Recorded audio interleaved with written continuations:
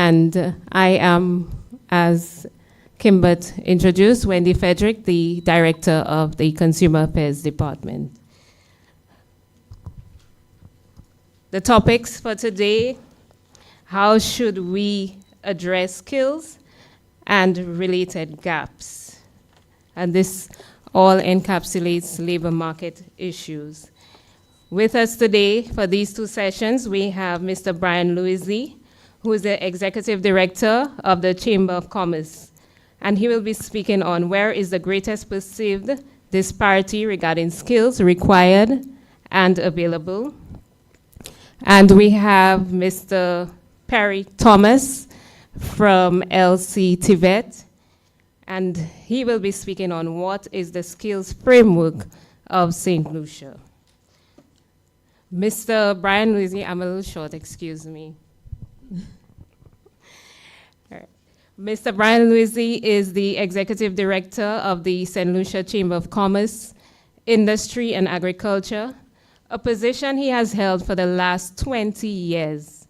Brian has over 30 years of experience in development work in both the public and private sector.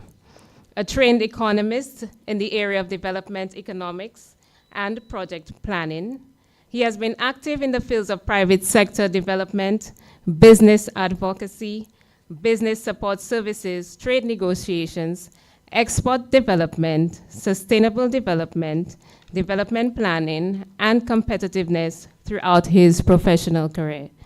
Brian has a first degree in economics from Syracuse University in New York and a master's in national development and project planning from Bradford University in the UK. Our second speaker, Mr. Perry Thomas, a seasoned professional with a strong background in management, effectively applying his skills to developing and implementing the frameworks needed to establish operational controls, administrative processes, reporting procedures, expanding business opportunities, liaising with internal and external stakeholders, and managing human resources to achieve efficiency and to maximize productivity. Through demonstrated leadership and professional relationship management, he has achieved successful program development, coordination, and implementation as a project manager. As a project coordinator of the National Initiative to Create Employment, NICE, he led the initiative demonstrating prudent financial management of $100 million over 5 years. His tenure at NICE saw the implementation of various skills, training initiatives, one of which was the certification of the island's first cohort of persons engaged as caregivers in the care of the older adult program at CVQ Level 2. As a management professional, he possesses a wealth of knowledge and a diverse skill set honed from 15 plus years of experience in the public and private sector. He holds a Master of Science in Health Systems Administration from the Rochester Institute of Technology in the USA, an advanced certificate in health finance also from the Rochester Institute of Technology in the USA, and a bachelor's with honors, double major, in business administration and international political economics from Trent University, Ontario, Canada. Mr. Thomas is currently the chair of the Standards Committee of the Caribbean Association of National Training Agencies. And I now hand you over to Mr. Brian Louisy, who will be taking the first session.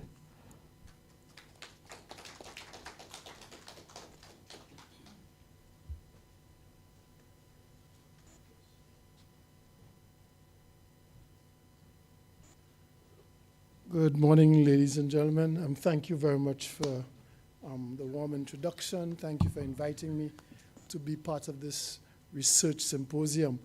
I am not one for academic or sterile research or engagements in exercises that don't have a predetermined output. I've always been extremely pragmatic and practical. In fact, we once joked in my other life when I was in government, the Ministry of Planning, that we were not desktop economists. Rather, we were on the ground. And so what we try to do at the Chamber is continue that very focused and pragmatic approach to our work, which allows us to create and utilize the established theoretical frameworks in a very practical way so that we can deliver on what we need to do with, in an institution that has limited resources. My contribution uses as its point of departure the Chamber's business performance survey. The Chamber, over 15, 20 years ago, started doing a business performance survey that sought to give us insight into how businesses were functioning and operating, because we recognize that businesses will tell you what's happening in the till and in their accounts and their bank accounts long before the official statistics came out. And so we have tried to use that, and we've done it for a number of years, and I could say we've done it consistently. During COVID, we tweaked it a bit, and we started looking at the impact of COVID, and we started calling it take 1, take 2, take 3, take 4, and we have continued using that. But it's by no means the measure of how many and for how long we've been doing it. I would like to get into my presentation, and thinking I still know how to use this. Well, I've given you my preamble, and talking about where is the greatest perceived disparity regarding skills required. Our last business performance survey was conducted between June and August 2024. We invited a cross-section of our members to answer a number of questions that would help us gauge business performance, outlook, and business concerns. Our survey offers insight into workforce trends, recruitment, challenges, sales performance, and economic output. The survey highlights optimism, with 60% of respondents expecting their workforce to remain stable or grow, and 40% increasing sales, increasing turnover. What I will do, I will share the write-up with you so you could go through it. It is my summary or my introduction to the survey. But generally, businesses remain optimistic. They have been performing fairly well. They have had an opportunity to identify some of their main constraints, some of the drivers of inflation. They've given an outlook on inflation and what have you. So we have a 25% response rate of 150 members, and we also have non-members who also respond to this survey. I want to go right into the survey. As I said, the respondents, 52% of the respondents were not chamber members. We had from a wide cross-section of respondents from different sectors, but also the majority of our respondents are small businesses. We recognize that 40% of the respondents employ 1 to 9 persons. So the membership and the response rate is typical St. Lucia business economy. A lot of times people assume the chamber is a big business organization. In fact, we only have maybe 30 companies who employ over 50 persons in our membership. Our distribution of responses reflects the economy size. Tourism-related services was the largest respondent. Distribution and wholesale followed. Business location, primary place of business, the majority was Castries, 48%, Grosley was 36%, Viewfort, 4%, and Soufrière, 12% of respondents came from that area. As far as workforce, 44% increased their workforce, 44% kept it steady, and 12% decreased. And that was for the Q1 of 2024. As far as Q2 for 2024, 60% expected to remain the same, 29% expected to increase, and 12% expect to decrease. Workforce. This morning I decided to just do a little flashback and look at the previous survey, Q4 of 23, to look at how things are changing. And what we saw that in Q4 of 2023, 61% of members attempted to recruit staff. I'm sorry the numbers don't match. I'm rushing to do the translation this morning. But 63% of those who attempted to recruit staff faced difficulties in Q3 in Q3 of 2023. So what we're saying is that a certain percentage of members tried to recruit staff, and a large percentage of them had difficulties in recruiting. Areas of difficulty in recruiting staff. In semi-skilled, we see 16%, in professional, 19%, skilled manual, 19%. And what we tried to do, because people don't like answering surveys, and people will need to go deep into their records to check, we try to use broader classifications, but not too broad, but to give us an indication. And to tell the truth, we have benchmarked our survey questions using other chambers done, how they do it in other countries. We also saw comparison to skill difficulty to recruit in the previous survey, which was we looked at Take 10 and Take 9.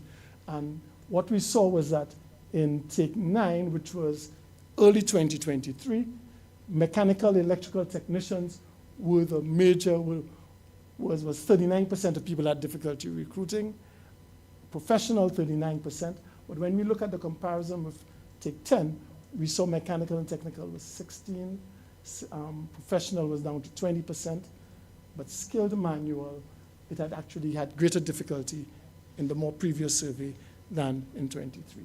So what we're trying to do now, and my staff is working on, is doing a trend analysis to see how the scarcity and the difficulties in recruiting is changing over time. We're still working on that. But the most recent survey in 2024, we saw 68% of the respondents tried to recruit staff, and of that 68%, 83% of them had difficulty in recruiting staff. What we wanted to do was to actually go in to get more specifics in terms of what difficulty you had. However, since this is really a business performance survey and not necessarily a skills survey or looking at HR in particular, we have not done that. But I'm happy to say that Ministry of Education is leading a charge in doing a skills gap analysis and doing a survey on technical skills and skills that are required.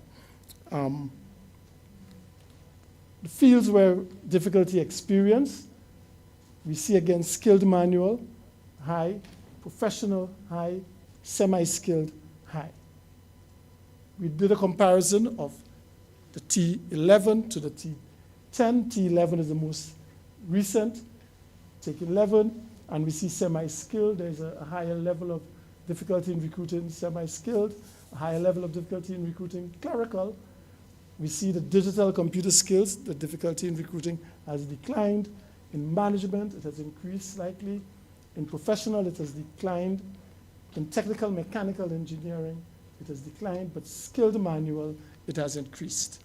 And I think that gives us a sense, because when we speak with the Ministry of Education, when we try to determine what are the advocacy issues we need to advance, we need to get a sense from our members. And this is one of our best engagement tools, where we could see what they're saying and we could talk about these issues. And then we are very pleased when we raised this with the Ministry of Commerce, and we are saying we think one of the solutions was to develop a skills register. The ministry was saying, hey, we're getting comments about that. The manufacturers raised it.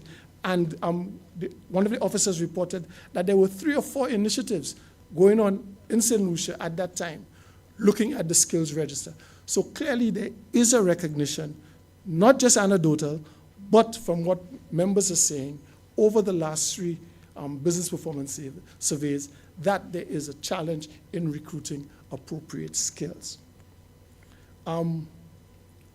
We did a quick thing where I thought maybe you'll be interested. I know Ministry of Finance would be interested in that one. We looked at the minimum wage, and it is something that had not even been implemented when we asked the question, and what kind of comments were being made. And 83% of respondents are saying that only 5% of this, less than 5% of the staff would be affected by the minimum wage. And again, that is from my membership. And I think also we had to take it with a grain of salt in that as the minimum wage comes into effect, people may realize that they had not necessarily understood fully how it will be implemented and actioned. So I'm hearing people saying, oh, I didn't realize that, for instance, if I have a system of basic pay, travel, and telephone, the basic must be at a minimum $1,136. They were thinking that because they pay them on commission, and their commissions in one company was saying me, the minimum commission is $900. They looked at it over the last 5 years. The minimum commission they earn is $900, and the most anybody has earned is $3,500. So now you're telling me I said, hey, it was very clear, but I didn't understand. So this is an indication at the point in time, and we hope that the next business performance survey, we will be able to validate a little more what the impact is. We asked about the anticipated impact, increasing cost of operation by less than 5%, 60% of them say. So the impact, generally, they don't think it would be particularly significant. But of course, that's me talking, but in a business, it could be 5% could be serious. Increasing cost of goods or services, 24%. Increased wages of other staff, because there is an effect where you raise persons at the lowest level to a higher salary. The persons who were at that salary, who were maybe acting as supervisors or close to that salary, say, hey, there's only $100, $200 difference between the person I'm supervising, and there's the pressure for increase. So that is some of the things that came out of our survey. And I hope I've given you a little broad perspective on what chamber members have been saying and what in our business performance survey, and what informs the chamber's advocacy agenda. We try to ensure that the ideas of what Brian Louisi and the board thinks is not what we advance. We engage our members consistently and regularly so that we know what they're saying, so our advocacy is reflective of member needs. We say we are a member-driven organization. We engage all our members at least 3 times a year in different formats and forums. But however, our business performance survey has proven to be one of the most effective forms of engagement, where we identify what are their concerns. We identify, especially during just after COVID, what was happening with prices and what they were seeing and where they thought it was going. We sometimes have the luxury of being able to do it on a sectoral basis. So we look at the sectors, what retail, what finance, what tourism-related businesses are saying in all these areas to get a general understanding, and it gives us that ability to speak with a little more confidence. Thank you for your time, and I hope I've been of some use and of interest to you all. Thank you very much.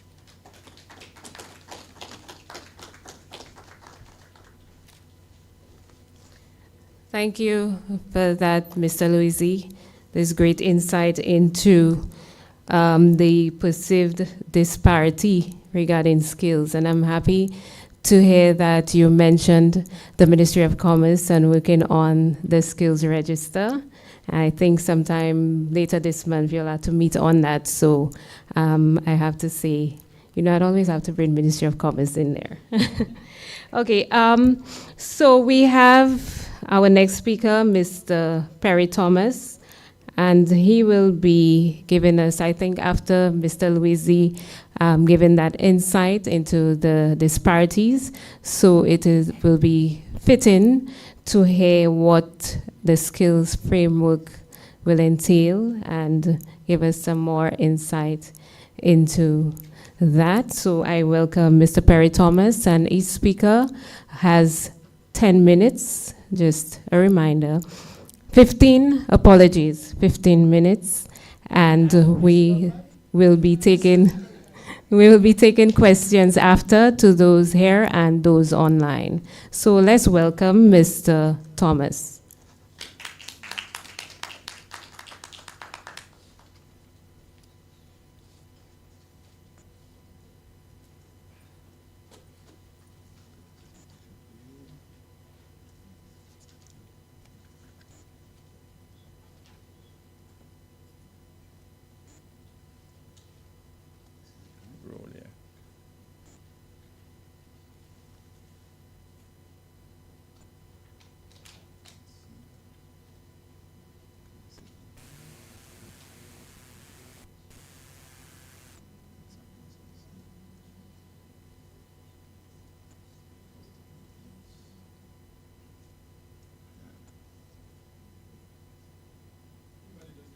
Is there? It shows? Okay. It's, okay. One more. No. No?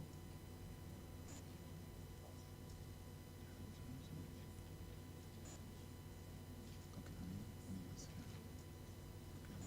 let's see. It's coming. What now? Can you see it?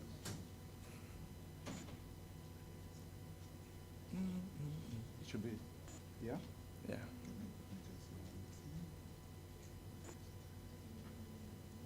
Good. Morning, ladies and gentlemen. Let me begin by thanking the ministry and those responsible for today's activity for giving us the opportunity to make the presentation in reference to the skills framework existing in St. Lucia, and more pointedly, the role of the SLC TVET in the context of the skills framework in St. Lucia. I want to begin by first addressing where does the SLC TVET find its foundation? And it is basically from policy, from an Act of Parliament of 2007, and from the Education Act of 1999, which provides for the establishment of the council. When you look at the framework under which the council operates, it uses the composition of employer, government, and industry. And so our activities at the council is driven by a tripartite arrangement where the involvement and engagement of the private sector, likewise government, and employers included.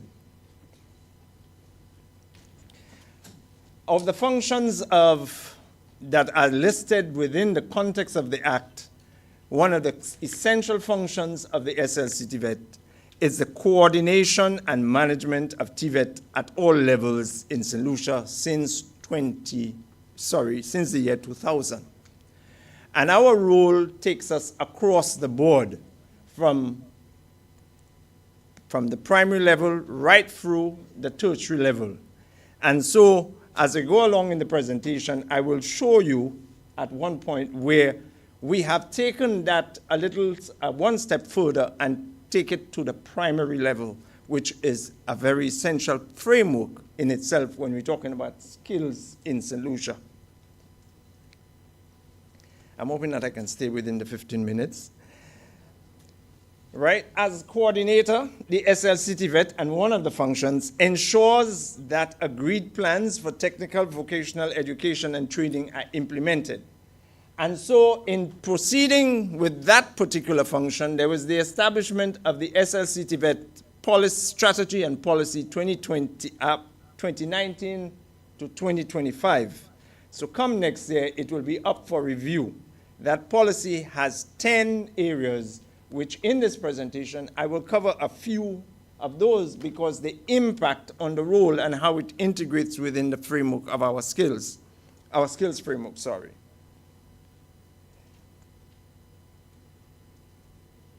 Another function of the SLC, another role of the SLC vet is to establish standards for technical and vocational education and training. Now, I say this, without the standard, you cannot have the skills framework where training occurs, certification takes place. You have to have the standards. And so, in order to develop the standards, the SLC vet engages in what they call industry advisory committees. And industry, meaning persons from the private sector, persons who are actively involved in the business. Say, for instance, the mechanics, say, for instance, cosmetology. You bring in persons that are in these areas into a room, and they begin to thrash out what is required to establish a standard, whether it is at level 1, level 2, level 3, level 4, level 5, and so on. Right? Industry advisory committees work to establish occupational standards through the process of development and or validation of the standard that meet the requirement of the industry. It also provides a forum for discussion on research and translation strategy. Now, when we speak of translation strategy, is that there may be standards that are existing outside of St. Lucia. And they would engage in the research of looking at those standards and how best that standard is applied in our context. Because we have cultural aspects that influence each and every unit of implementation in the standard. So in essence, when they sit, all these things are taken in consideration. So the process of validation, review, and adoption takes on board research, especially if we are taking, say, for instance, a standard from the UK, Australia, India, Canada, the US, and we want to adopt it. So it's not a wholesale adoption. It must go through that process. In development of standards, right, standards are developed at the first level, at a national vocational qualification level, right?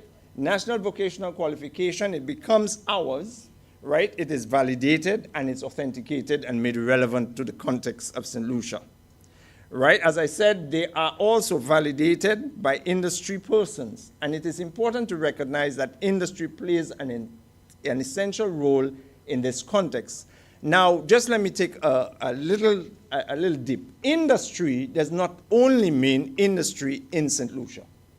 So we bring in industry personnel or experts, say, from Grenada, Barbados, Jamaica, Trinidad. And with technology today, they don't all have to come onto the plane and come to St. Lucia in a conference room. We do it using Zoom. We do it using the various platforms that allows us to exchange ideas so that we can get through the process of standard development. Once an NVQ has been established, received sign-off from the ministry and made accepted, we, St. Lucia, then takes that standard and presents it to CANTA, the Caribbean Association for National Training Agencies, for onward submission to COSOD, which is the CARICOM body, the Council for Human and Social Development, right, to become a CVQ, CARICOM Vocational Qualification. Once that standard has acquired that status, it's available to all members of CANTA in the Caribbean. Likewise, if the standards are developed by any member of CANTA, Jamaica, Trinidad, and it has acquired the status of CVQ, it's available to all. And so when we speak of standards available, say for instance at level 3, level 4, we have about 97 standards that are available for use within St. Lucia. It's not just level 1 and level 2.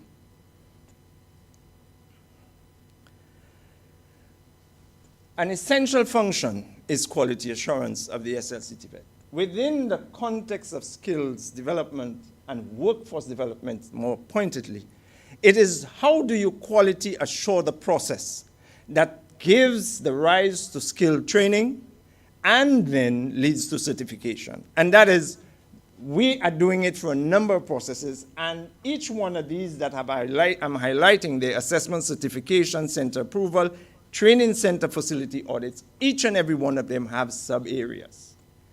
So for assessments to occur, right, one has to go through the process of training first and foremost.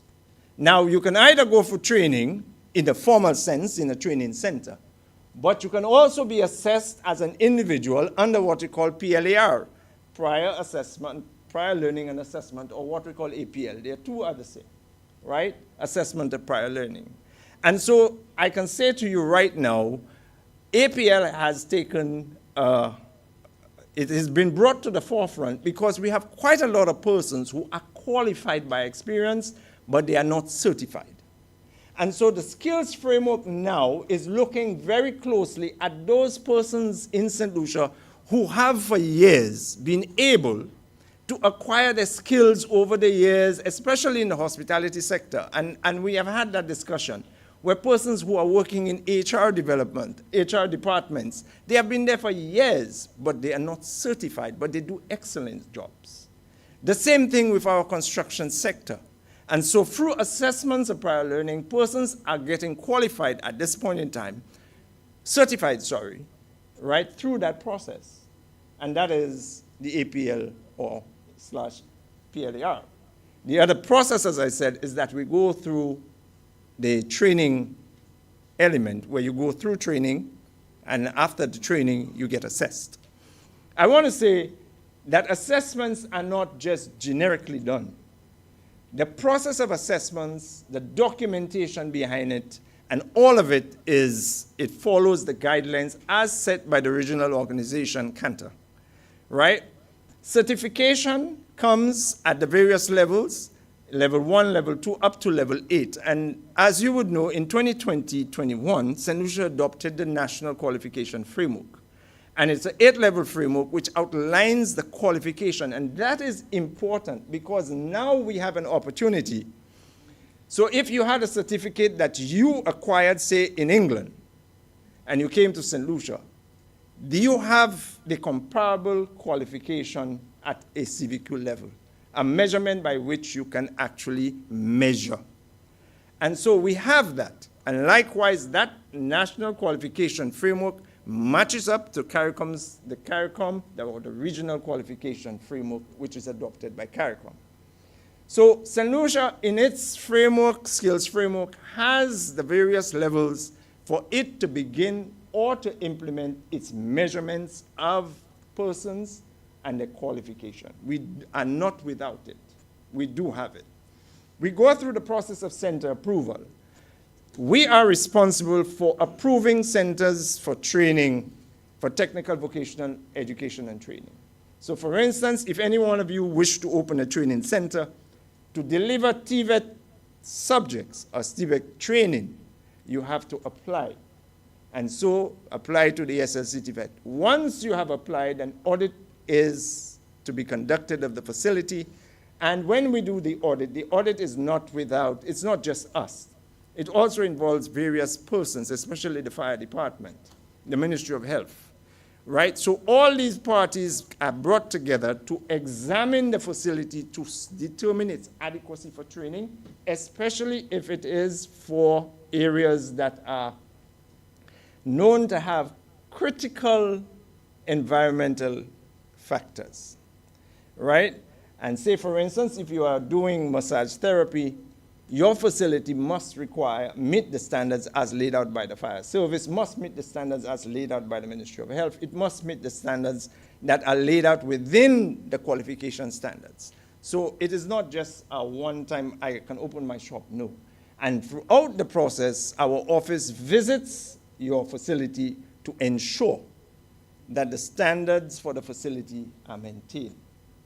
Now, once an approval, center approval is granted, lately, what the SLC debate has done is to ensure that the certification that is issued is time-bound. It sunsets. You have it for a maximum of 3 years. At the end of the 3 years, you are to renew it. Why this is so? It is because we want to know that as time goes on, that your facility is kept up to breast with what the changes within the market, so that you don't have an approval from 1999 and in 2025 you have not renewed it, you haven't changed anything, And the changes in this landscape for training has gone past what you are able to deliver. So we are making those changes to ensure that the system that we are delivering training are up to par to modern day requirements. Our training center facility audits also audits your facility. So for instance, if you had a center approval in the beginning for cosmetology and now you want to do crop production, you must show that you have the requirements to deliver crop production. So all of that, these are continuous processes. SLCTVET established training priorities. That is part of the responsibilities and qualifications and accreditation. In 2013, the SLCTVET became a CVQ awarding body with the approval of CARICOM. So we deliver certification at the NVQ level and also at the CVQ level. We are looking at other areas of certification, and we will be doing so. Hopefully, within the next year, we can introduce an additional level of certification. Since 2020, the SLCTVET has engaged in a number of partnerships in delivering its mandate. We have worked with the OACS Skills for Inclusive Growth, the Caribbean Regional Communication Infrastructure, CACIP, NICE, Human Capital, the Human Capital Resilience Project, which we all know as HCRP, Skills for Youth Empowerment, which is SKY, SAGE, Skills to Access the Economy, Employment Generation and Private Sector Development, JEPSED. And so we have just completed another partnership with SEDIMA, SLCTVET, and Cantor.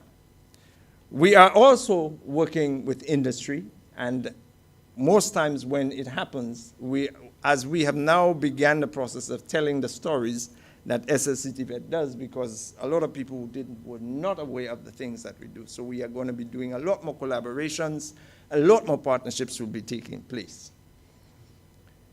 In implementing the policy and strategy, what I spoke of earlier, in policy area number 1, which speaks to strengthening governance and management, under the objective 1.05, which speaks to facilitating the development and alignment of TVET with national priorities.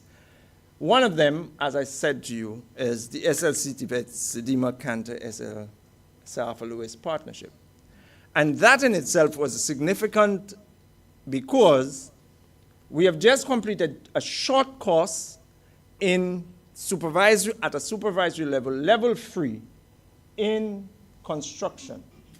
And within the SEDIMA framework, under the certified principles for building, we have now realized, not we are now realizing, but it has come to the fore where those agreed principles for infrastructure at a CARICOM level, which have been made a priority at a national level, we must now begin the training of our people to meet those requirements.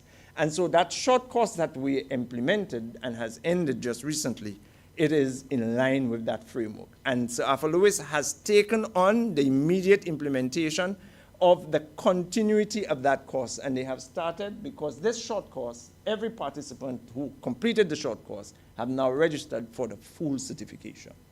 And that is a plus for them.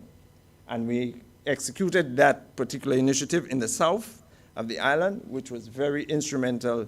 And I must say, the participants were very, very enthusiastic. As part of the policy, in policy area 2, lifelong experiential learning and applied learning, under objective 2, to promote competency-based education training, what we call CBET. And CBET is basically the mastery of learning, right? You are not assessed based on the number of exams that you have completed, as we would have all gone through that process. You are based on the mastery of learning. How you have learned, in other words, your demonstration of what you have learned. And it is not something that happens. In some cases, some people take the time. In some cases, some people are brilliant. And I want to just share this example, this photo you see that is in that is demonstrated here. This is an example of where a young guy is actually demonstrating his skills at cooking. He wants to become a chef, right? And so that mastery of learning, this demonstration, is now taken into the 4 schools that the government has established at Angers, Grand-Rivière, PI, Stanley John Orton, right? These schools are there and they focus on TVET. However, this is a holistic approach. And sometimes I hear the argument that people say, oh, but let us look at Sweden. It took Sweden 30 years to get where it was.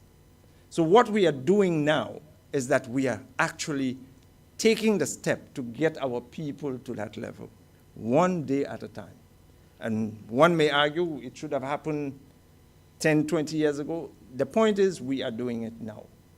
And we have to put the metal to the road.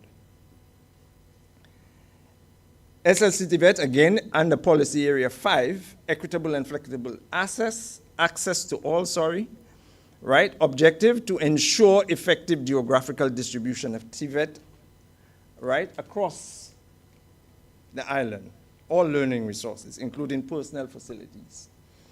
We have taken, for the first time, a fundamental shift in the implementation in TVET, and that is we introduced for the very first time in the summer what we call a TVET camp.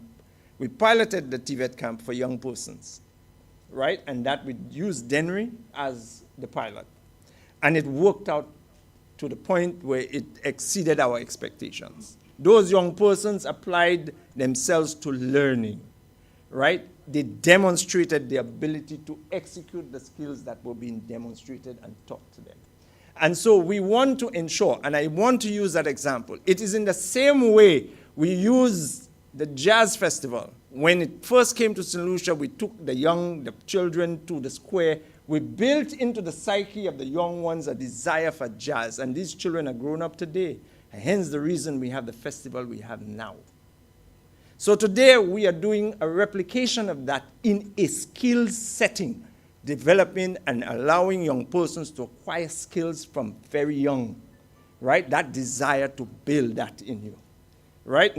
Don't wait when you get to secondary school for you to make the choice that I would like to pursue electrical installation or I would like to pursue cookery, right? The role of SLC Vet, as I said, is to ensure that we build the desire for skills development in our young persons from early. Oops, sorry. Also, in there, you see industry outreach. This is a meeting with with our garages. We have just completed the evaluation together with Mona, University of the West Indies, on the standards for electrical vehicles and hybrid vehicles. We just completed the evaluation for that just recently and completed on the heels of that evaluation the workshop at Sir Arthur Lewis with Mona and the federal government of Germany who supported that. We completed the exercise of introducing EV technology to a number of persons in our society. Policy Area 6, workforce development, and the objective to provide opportunities for apprenticeship, traineeship, and employment within the industry. I use Cabot's example here in this presentation because this is what you call, I class it as an informal thing, meaning that there was no formal presentation where somebody wrote a proposal to Cabot. It was walked into Cabot, knocked on the door, and I must applaud Sage and a partner who was with us in this. It was Cabot, Sage, and the SLC Tibet, right? And Cabot took to that proposal very quickly. They took the staff, they put them through apprenticeship, they paid for the apprenticeship, they paid for the assessment and certification of the workers. And in addition to that, Sage provided the soft skills training to this element. We covered the assessments and we covered the certification. And so that's the kind of partnerships we talk about, the tripartite arrangement of industry ourselves, and partners. So we are continuing that in order to ensure that our skills framework results in a qualified workforce. Under the policy and strategy, we also, certificates consistently issued between 2021 and 2024. We have, in the post-COVID period, we have actually shown that certificates have continually grown. We have developed by February 2024, not developed, we have issued by 2024 some 920 certificates. And that was primarily inputted by JEPSET, the JEPSET project. But we are on target for 2024 by March of 2025 to have in excess of 900 certificates at a CVQ level, 90% at CVQ, with an increase in level 3 certification. Because in the past, we had a lot of level 1s, a lot of level 1s, a lot of level 2s. And efforts have grown to promote level 3 and up. So we are on target to going past 900 for the financial year 2024 to 2025. Again, when we speak of quality assurance comes with standards, and standards for St. Lucia. We have, over the last couple months, developed the following standards that are on your screen, and we have forwarded to COSOD, which has just ended over the period October 24 and 25. Climate smart agriculture, level 3, digital photography, level 3, youth development, work, level 4, right? And so these are gone to COSOD. They have, from what I was told, they were approved, and so we have now 3 additional certificates developed by St. Lucia, validated by St. Lucia, acquiring CVQ status. And so we have to be proud of our achievements as we go along. Now I get to policy area 9, and that is a very fundamental policy area for us. Data, knowledge-driven decision-making. And earlier on, I heard Mr. Louisi mention how the surveys have impacted, the impact the surveys have. I want to share with you that data-driven decision-making is very fundamental. To us, we have actually taken on board what we call the KMIS, Knowledge Management Information System. In there, we are able now to actually produce data that informs the decision that we make as a council. We are not there at 100% as yet, but we are getting there. We are able to say to you, listen, who are the disadvantaged persons applying for certification? Where are they? We can say to you the areas of interest of persons who are applying, which then is transferred over to the training centers. Right? We are able now to share that data of persons who are certified and share it with industry. So we have piloted the exercise with the hospitality sector, who have now been given access to portions of that database where they can actually see persons who are certified, right? So we are still working on it. It's still work in progress. As I said, we are not there 100%. There are areas in the system that needs tweaking, but we are recognizing the importance of knowledge management. And we are also recognizing the outputs of knowledge management and how they affect decision making. So with that, I say thank you.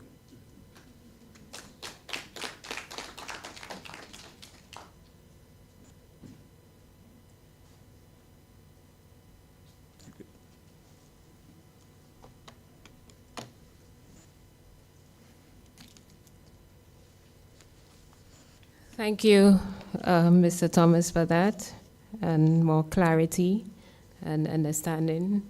And very interesting to see 900 certificates, and it's actually increasing. So we expect to see more to the end of the year, right? So now we open the floor to any questions, and also the online platform. If persons have any questions for our presenters, we will take these questions now.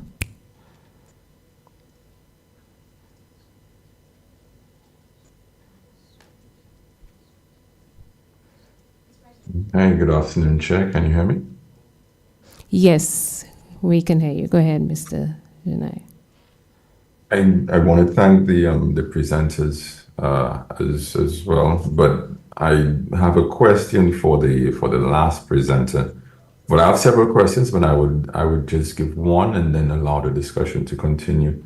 My first question was to get from to essentially ask, when you look at the persons who are applying for certification, what are some of the issues, or could you speak to the composition of that cohort? Because I wanted to get a sense as to what is the pipeline into your programs and your certifications, and what are some of the downstream activities you are seeing would be needed to ensure that you continually have a healthy pipeline? Because having the certification infrastructure is brilliant, but you need to ensure that you have a pipeline of persons interested and who can learn and demonstrate the skill sets. And then that would feed into the education system and a few other areas, which will be discussed in the next session. So grateful for your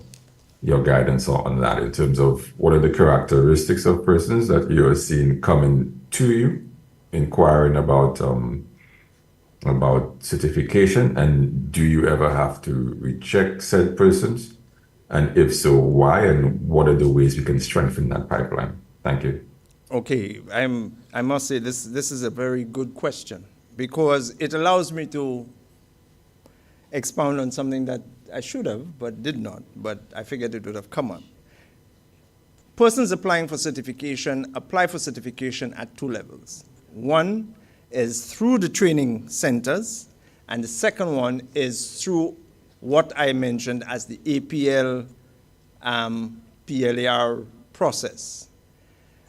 Persons who go through the process of training centers are evaluated by the training centers before assessment requests are made on their behalf. An APL applicant coming to us directly, right, we would be the ones assessing them. We would assess the individual's history in terms of their job experience. We would also assess, where necessary, their education, whatever they, and most times when they apply for APL, it is very important to get the knowledge of the person's background. And the training centers, however, engage in the very activity themselves, but they do it within their institutions before they send the assessment request to us, right? The guidelines are given to the training institutions, so they are using the guidelines for assessment and certification. Now, you'll ask me where are the guidelines? The guidelines are within the standards that they use for training themselves. And so those guidelines that we use for assessing an APL applicant is also within the guidelines of is also within the standards. However, as I said, we have two processes. Now, you asked the question of possibly what is the characteristics of the individuals that we are getting. And so from data that we have in-house, quite a number of them are unemployed, right? And quite a number of them are also employed. And employment by self-employment, or some of them are employed within industry on a flexible basis. One of the things that we are very proud and happy about is how industry has taken to be the point where persons access certification through their workplaces. And we are gradually seeing a number of persons coming through the process, but they are coming through their respective employers. And so, based on what we have, as I said, in the KMIS process, when you put the data in, we are now able to point out areas of geography, disadvantage, employment status, occupational area, right? And we can also identify other areas that are non-relevant not non-relevant, but are important in terms of the analysis of the the person, meaning who is it that is being employed. And so I can say to you, say, take for instance, when we are doing certification for construction workers, for instance, and we go to Dominica to do it, right? Those persons who come through our systems, like the group of St. Lucians who were working overseas, but in order to go on to another job, they needed the certification. So our office went over to Dominica to get it, have the assessments carried out. And so you get the feedback, you get the data on these individuals, who they are, the age, the grouping, and so it helps us in giving the information. I hope that helps you.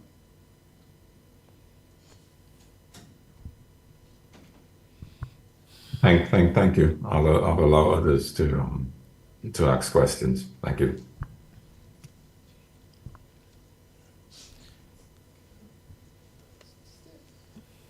Thank you. Okay, so you can probably sit right here, and maybe Mr. Luisi, you want to come up just in case we have any questions for you? No, just have a seat right there. Okay, so you can go ahead, Mr. Henry.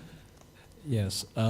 So clearly the skills gap issue remains. I mean, we have probably 2 sessions, well, a session and a half, so to speak, addressing the skills gap. And I listened very attentively to Mr. Luis's presentation, and in terms of looking at the data from the recent survey and previous surveys, examining the challenges that the private sector has in terms of filling positions. And that's well recorded. Whether it's, with assessments done previously or the survey been done, statements made by the current governor of the Eastern Caribbean Central Bank about the issues of skills. So my question really is one of whether there exists any post-training assessment. Because yes, it's all nice, we do this, we certify individuals, but the private sector still has some issues in getting skilled persons, right? So I would like to know about, if you can, the post-assessments, how persons who are CVQ trained getting placements in the private sector and elsewhere. The other thing, so with the decision of the heads of government of CARICOM to move towards full free movement, I know that CVQ was quite critical for CARICOM's one of the skilled, the approved areas. And maybe it's not too much of a question, but a statement that the hope is that when this reality becomes full free movement within the CSME, that there will be a continuation of efforts to continue to certify and to do those things. Because I'm not sure. The regime may change, may not change, who knows. Not part of the conversation in that regard. But certainly I would like to hear about the first question, your views, if you can provide some perspectives. Thank you. So you wanted Mr. Thomas or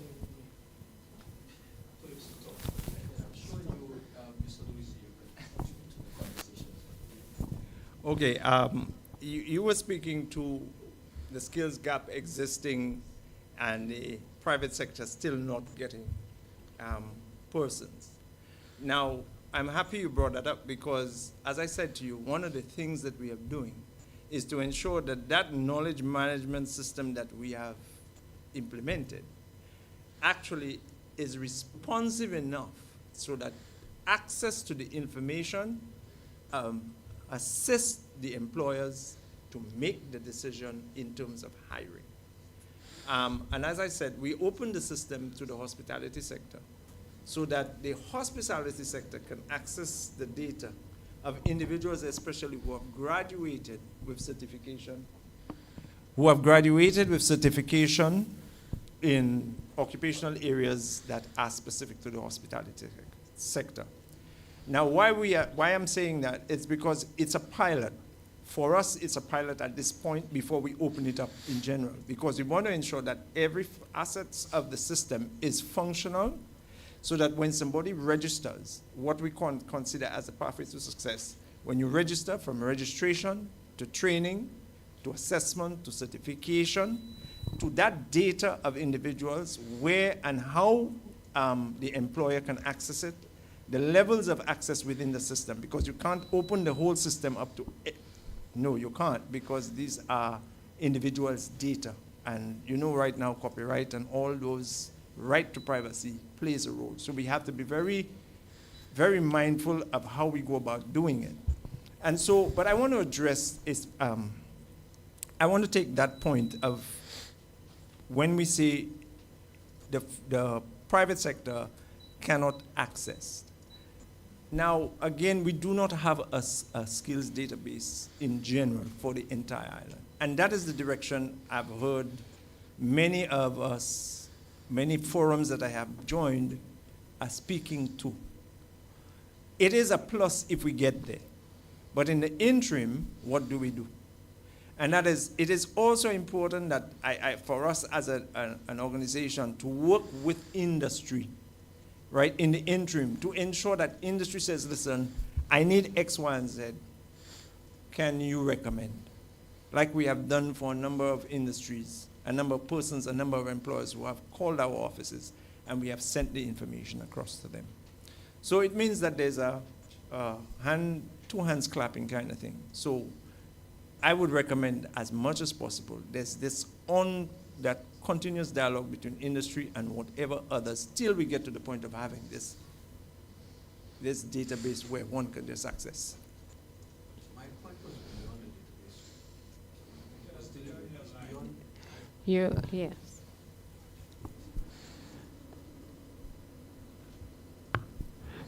Yeah, my point was beyond the database. I think the database is a good thing. It's a very good thing.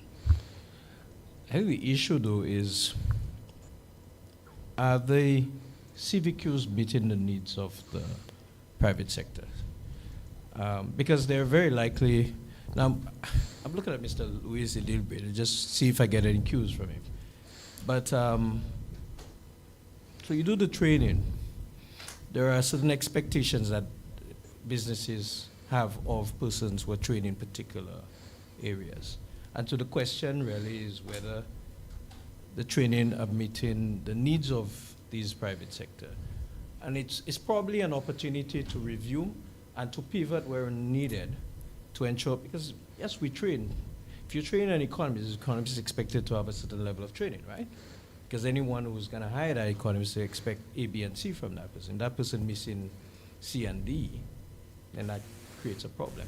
So that was where I was heading actually with the question. For in terms of sort of an opportunity to do a check and an impact assessment, so to speak. Because I think it's a good thing. We need this level of training. We need that within our system. And I even argue perhaps even more now than before.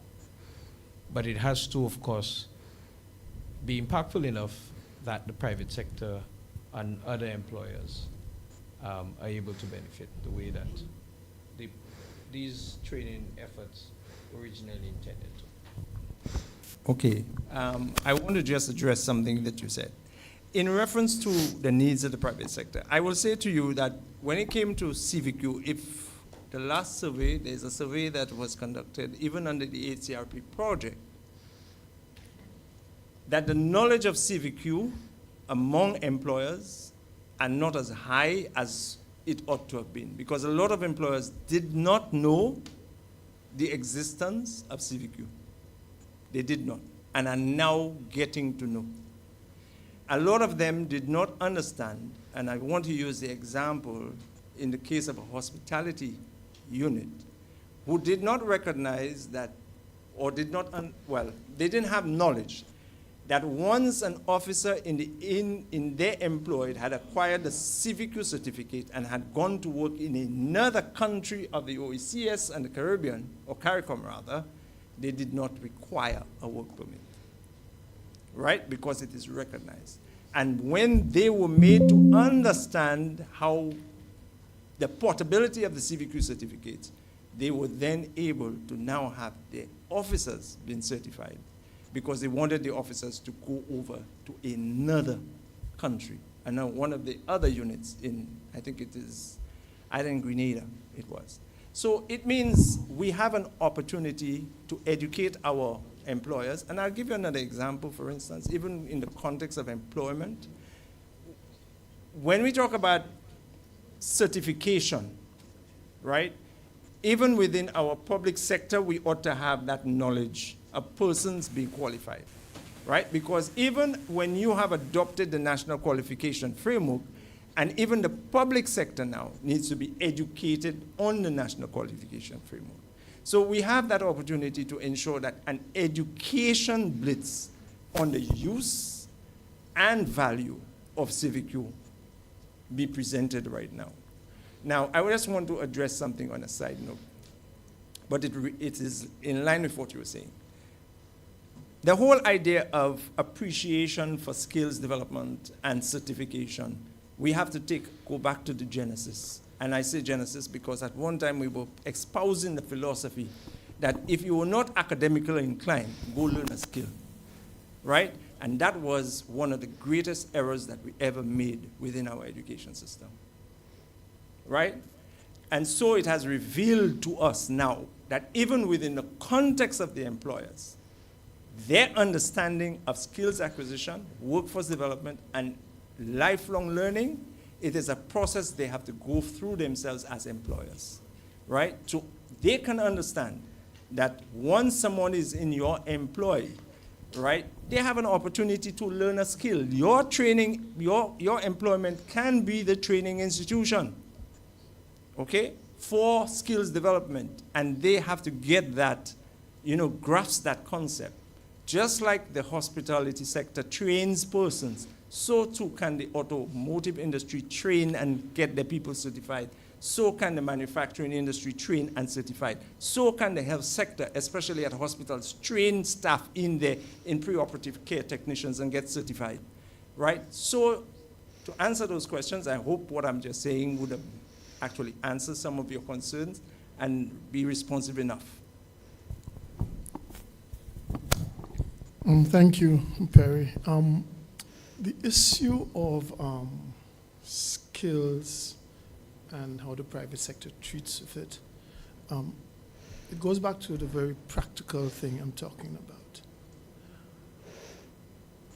When we talk about inability to get the required skill set and human resource the business community needs, our survey doesn't say why. But if we look at it at a macro level, we can do an assessment to understand what are the factors that are driving the scarcity. Inability, lack of skills in the existing pool of persons looking for employment may be one factor. Another factor may be because there's free movement of labor in the CARICOM. So labor is attracted to where the returns are highest. So one of the things we have noted is that in technical areas, we used to have quite a few persons from Guyana who were filling that role. Now Guyana is booming, people are moving. So when we look at the context of the CVQ and skill certification emerging from the CSME, which drove that we had the free movement of skills, and to make it effective, we wanted to have CVQs and certification so that an employer, when he recruited somebody who said, hey, I have a CVQ, he understood the level of skills he's bringing in. So these things are intertwined. There was a time where my members said when they put out an application, a job advertisement, and it was put on Jobs Caribbean, I think that's the name of the site? Caribbean Jobs. They were seeing so many applications from Jamaica, from Trinidad, compared to St. Lucia. is this a factor? Was there a factor of the fact that we just have a small population? So we only have a few people applying, and Trinidad has more persons, and so I'm saying what drives skills shortage is a multifaceted question. But we do accept that there is need to have solutions with the necessary skills. So that is why, as the approach to that issue was the Chamber to speak to Ministry of Education about education reform so that the education system produced more what we need. But I think it will not be fair to suggest that the business community or the private sector in St. Lucia has not always engaged in training people. People come to the workforce and they start at a certain level. The guys go into how do we train chefs? You became an expert chopper. After you chop the first year, you learn how to chop. You then got into or you started washing dishes, and you moved through the process, and you became a chef after a number of years of going through. That is on-the-job training. A guy goes into a mechanic shop, automobile shop. He comes in with very few skills. So he may be cleaning the workshop, he may be changing tires, he may be changing oil, and slowly as he's taught how to, the short circuit of that is people go to technical vocational institutions, so when they enter the workplace, they enter at a higher level. The business community has argued what we want is trainable persons. Because if people come into your workplace and they are trainable, you could train them in the different areas, and it's easier for them to fit in. So I want to make the point that the business community does that. And I think the call and the identification of shortages in certain areas or difficulty in certain areas is a signal that we need to evaluate what's happening. We've been told that the unemployment rate has dropped. So is that a factor? That the employable persons are being recruited, and so therefore they're not available.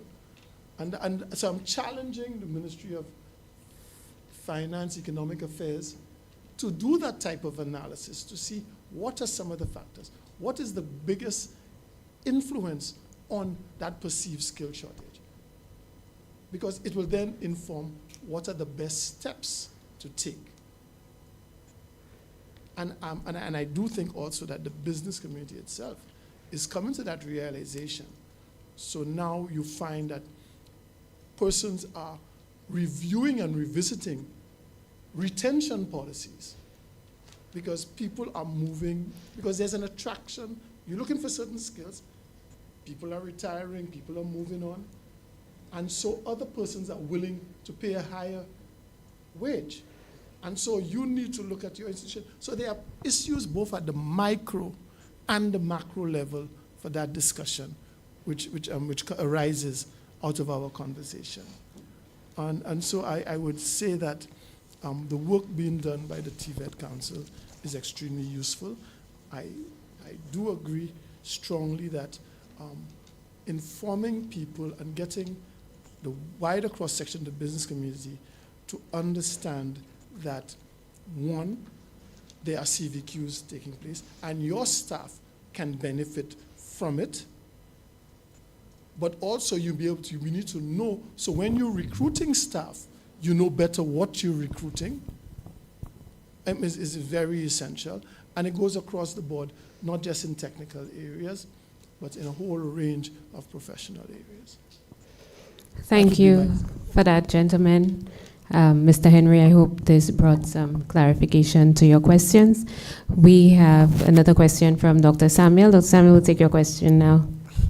Thank you. I'm not sure how much time is left in this session because we've been going for some time, so I'm in your hands really, but a very short question.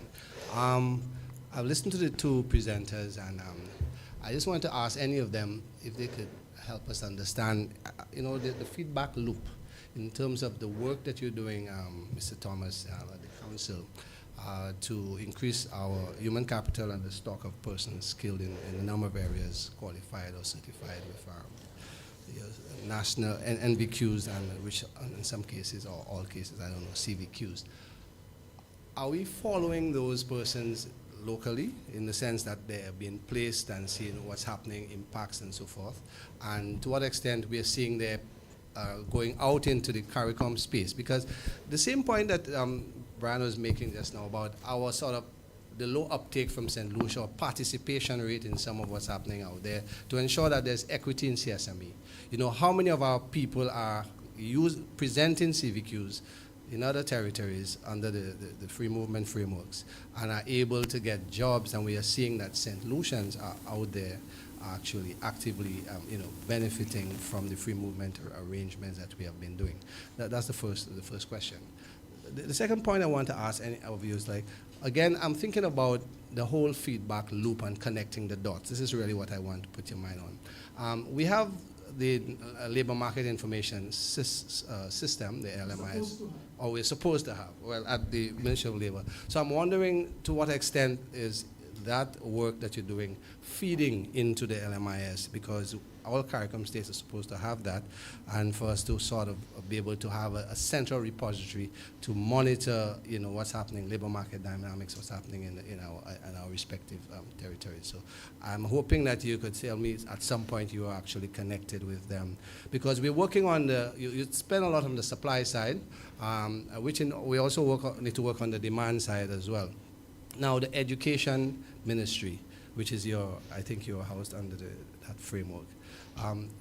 To what extent the programs are directed to not just generic traditional areas, but areas that are in growth in the future areas that are, because some areas are really kind of in sunset.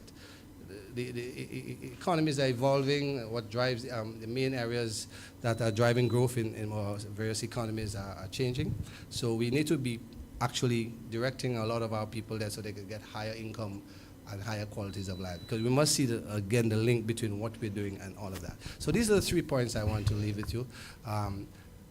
Now we have gone to free movement, so we're no longer in the sort of approved category thing, which we have been doing. But I always wondered how it is we got some categories like household domestics, agricultural workers, and security officers as one of the 3 next categories that were presented to us to try to facilitate free movement. And we, as a tourism developing country, I didn't see our people on this thing.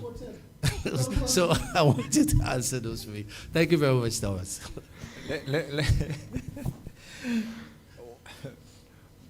Let me quote Brian. You all were at. Okay. On your feedback loop, I'm with that. It is important that we conduct tracer studies, right? Especially on the persons who graduate with the various certification in the various occupational areas. We have not done one in the most recent time, but I think the time is now, it's apt that we do so.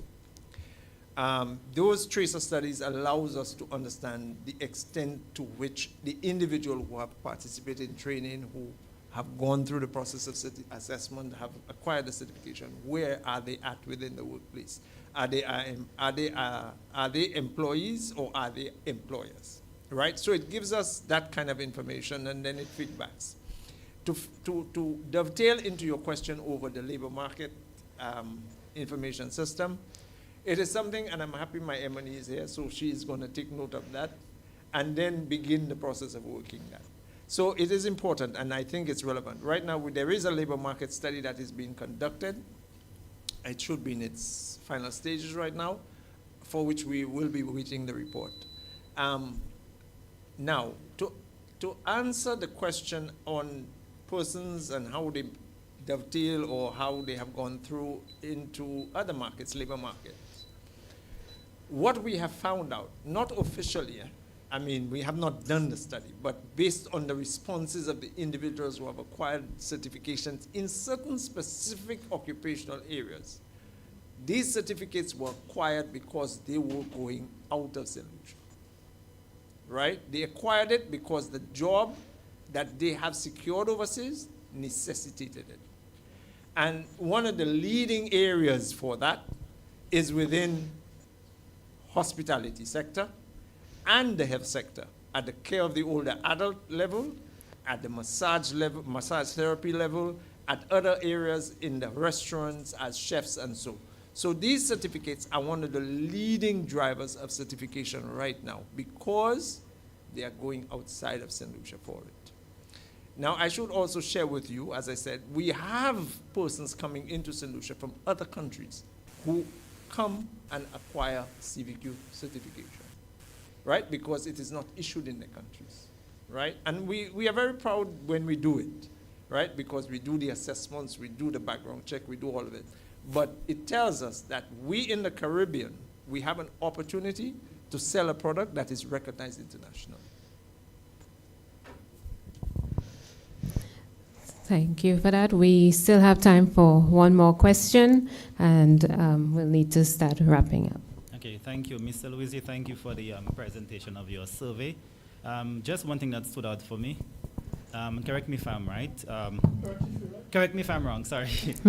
So just a quick question. You indicated that your response rate was 25%? Yeah. Okay. Based on your experience, if the rate were to be increased, let's say, if the response rate was much higher, do you believe that your data or the information would have been different in terms of, let's say, the minimum wage and all of those other factors? And what would you consider as a more acceptable response rate, and what measures have been implemented to increase the response rate? Okay, let me say this, that when we started our survey, we said we're not putting out our results unless it was at 25% response rate. And that time we were dealing strictly with our members. And we then started getting suggestions that maybe we should open the survey to businesses across the board. And what we found was that chamber members generally are the largest respondents, between 55 and 60%, or most times. When we also noted, and that's something that we sometimes laugh about, is that when things are going well, the response rates are low. When things are bad, response rates shoot out the window.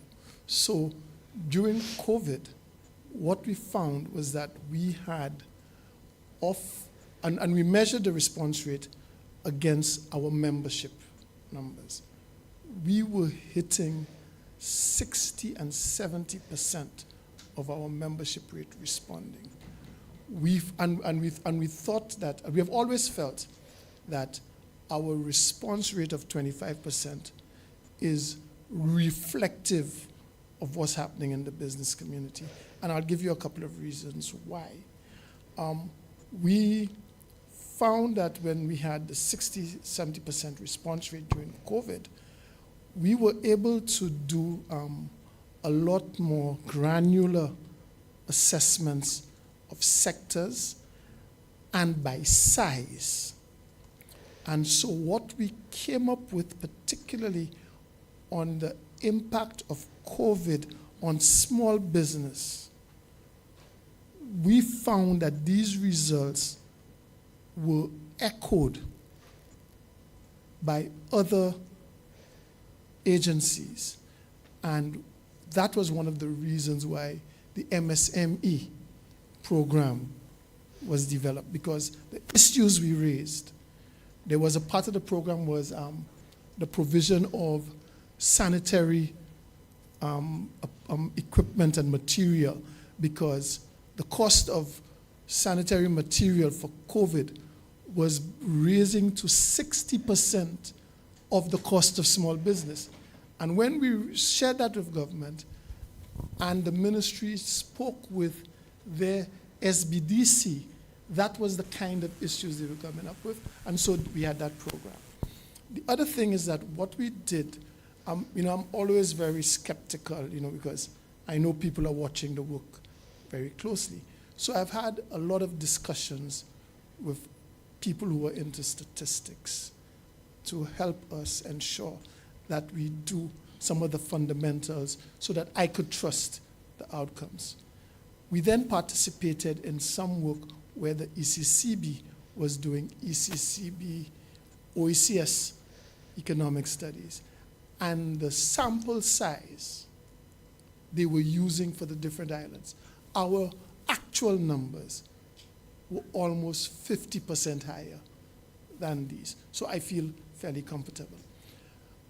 One of the things that was recommended by those are into stats was when you get your results in terms of the size and sector, compare it to your membership size classification and the sector classification.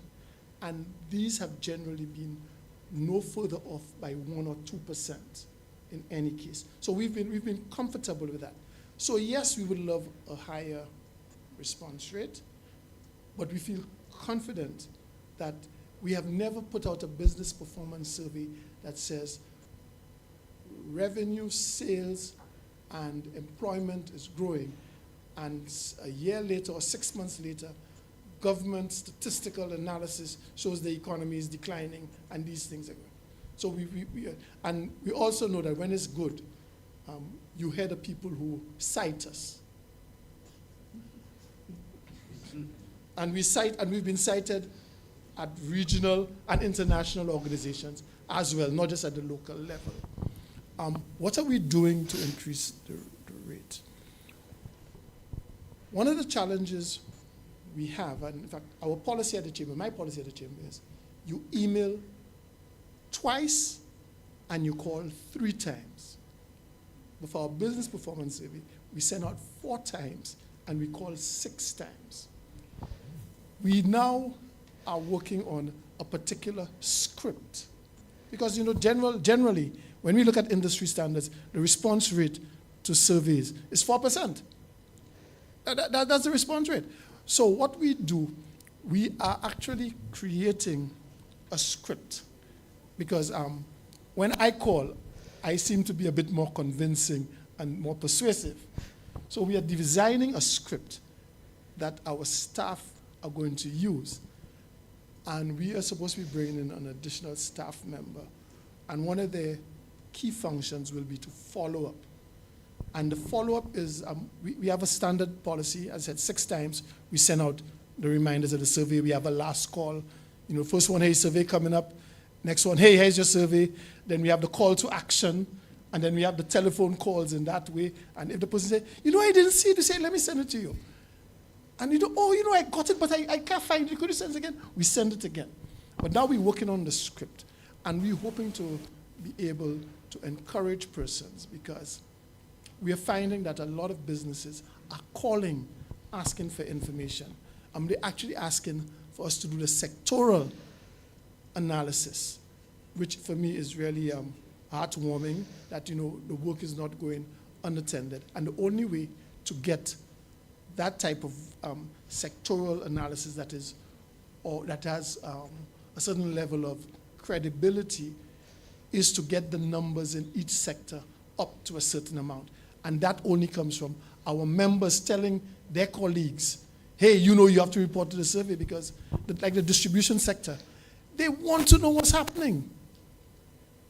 But only if they call each other, they will respond. So now they're all contributing to the data we get it. But it is a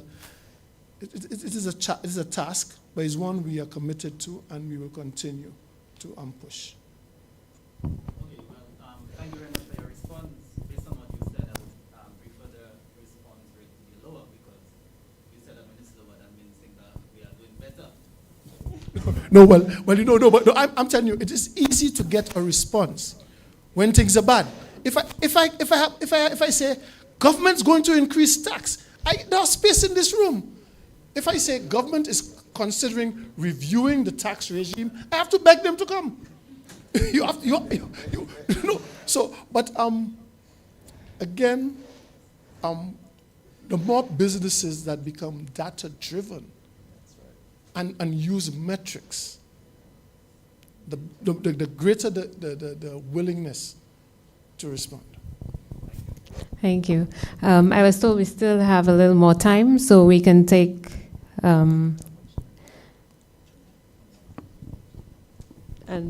so we can take some questions or comments. And I think we have Janai online.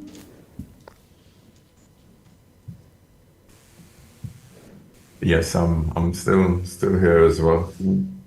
One quick comment I wanted to add before we get one or two more questions. I heard a discussion about the sharing of the data and the confidentiality and whatnot. Is there scope to build out a website of sorts, as it were, where anyone who requires, whether it be plumbing, electrical engineers, or what have you, will be able to easily access that website? Because in addition to focusing on the chamber and whatnot, what about the business opportunities that can be created from such a database? Grateful for your comments on that. Thank you. If I understand your question, Mr. Leonce, well, you are asking whether the database or website should be made available for, say, for instance, persons in the construction industry. They can access it and that kind of thing. Is that what you're speaking to?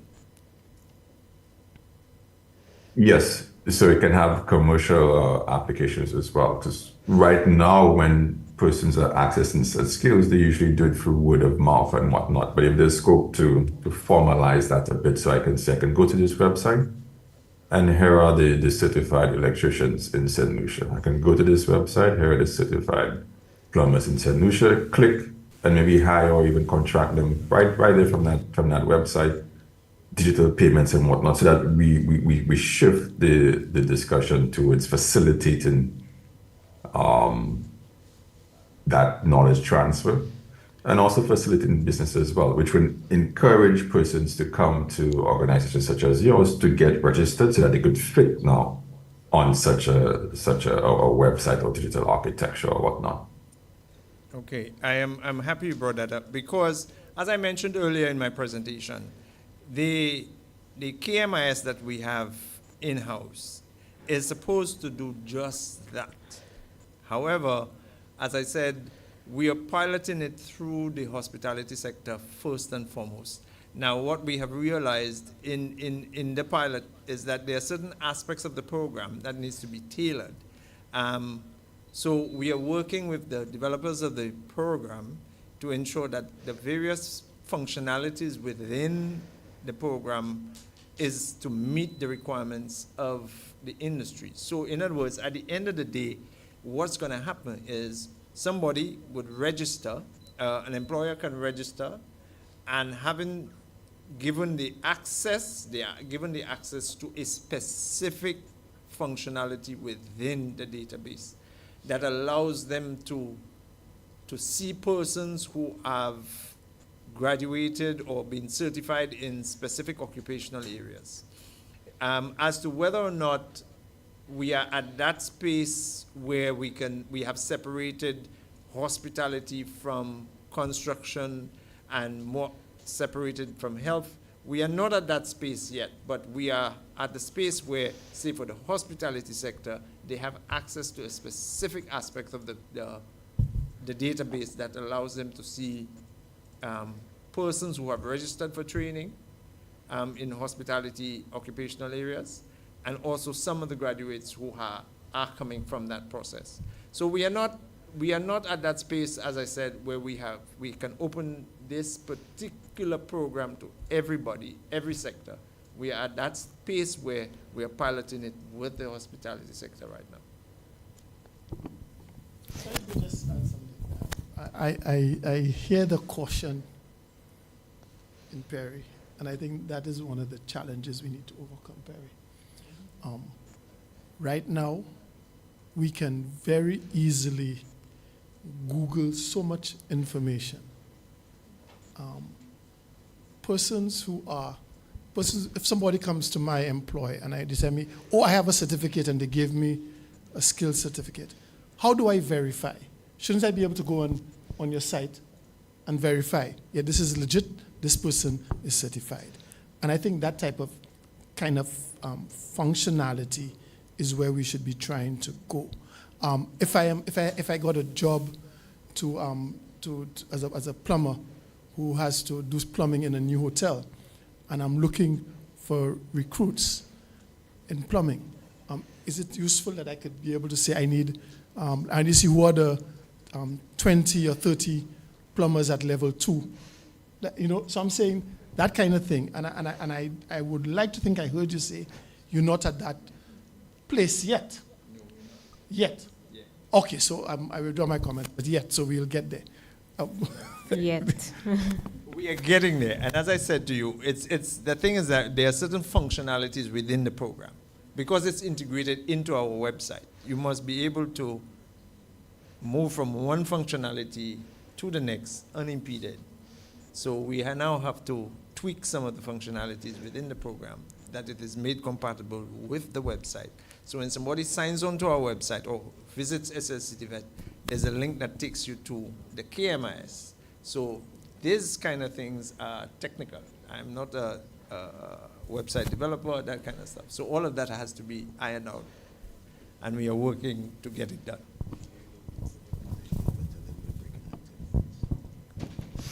Okay, so do we have any more questions, any more comments? We'll be breaking in 10 minutes. Anything more comments, Mr. Luisi? You look like you wanted to say something. Okay.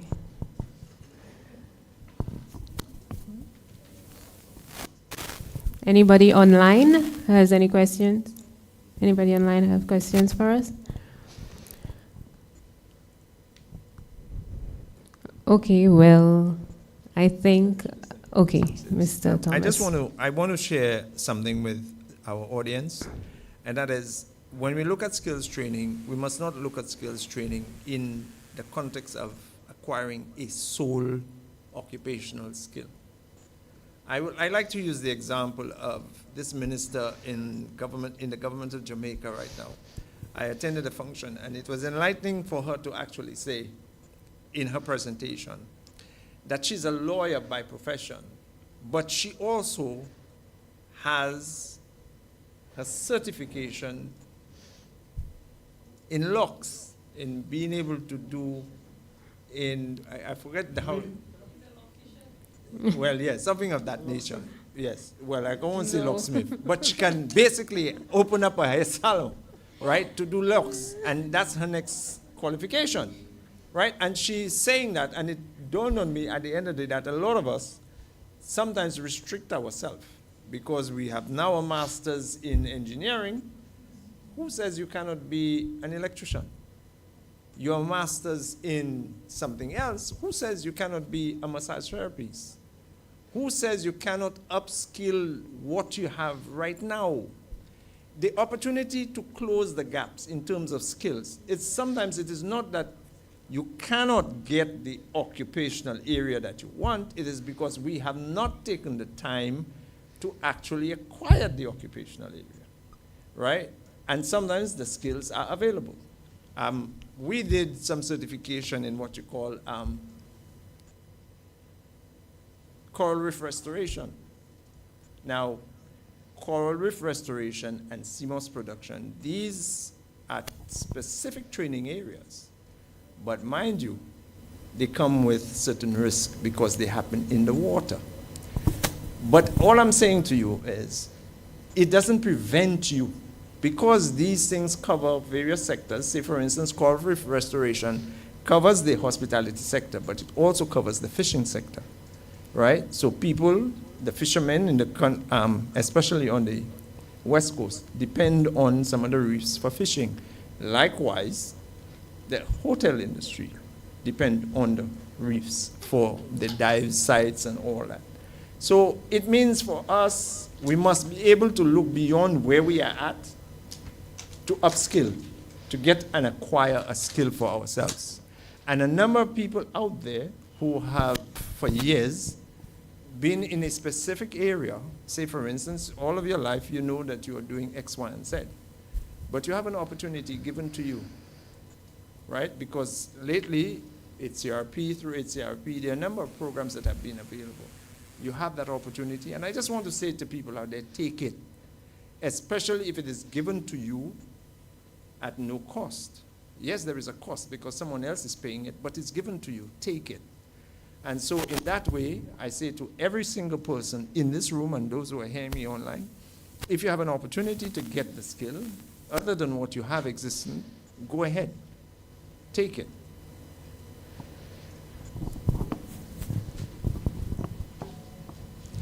Good afternoon.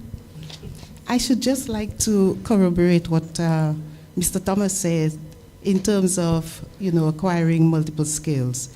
That is so important because let us look at the fact that someone has a job and then that job is made redundant. What do? You have no skills to rely on. But if you are versatile and you have other skills, then you can move on. And so life becomes a lot more manageable for you. So I do agree with the idea of having multiple skills, under your belt. Thank you. Very interesting.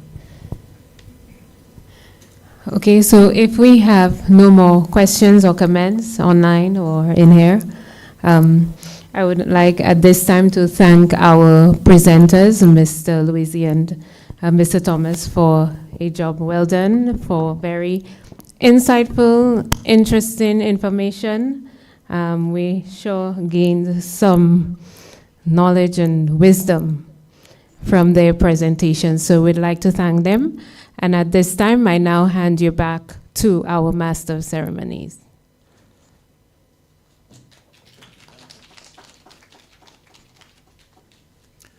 Thank you.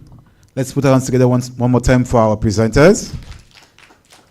And also put our hands together for ourselves, the audience. It was definitely a thought-provoking presentation and discussion. And here we are. So thank you so much for that. Okay, so at this time, we will break for lunch. And we will be out for 1 hour.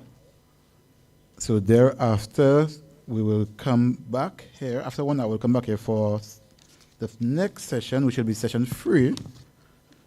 And that will be labor market issues. How should we address skills and related gaps? So we now break for lunch and see you in 1 hour. Thank you.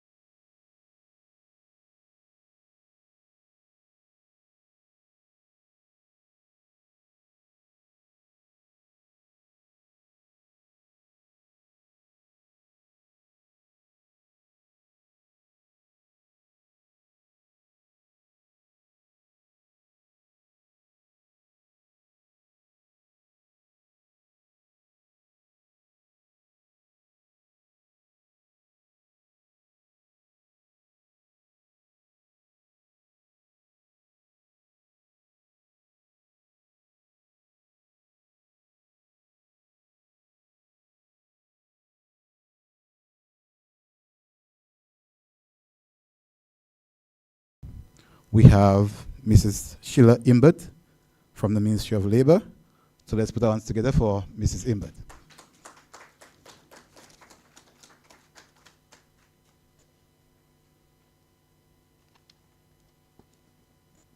Good afternoon, ladies and gentlemen. I trust that you had a hearty lunch. By the response. I'm hoping this afternoon that we can keep your attention because we all know what happens after lunch, right? So we get tired, sleepy, Yes, so this afternoon we have a very interesting topic. We're looking at labor market issues. And to do so, we have Dr. Claudia Fevrier and Ms. Delthea Natram. Can you please join us at the head table?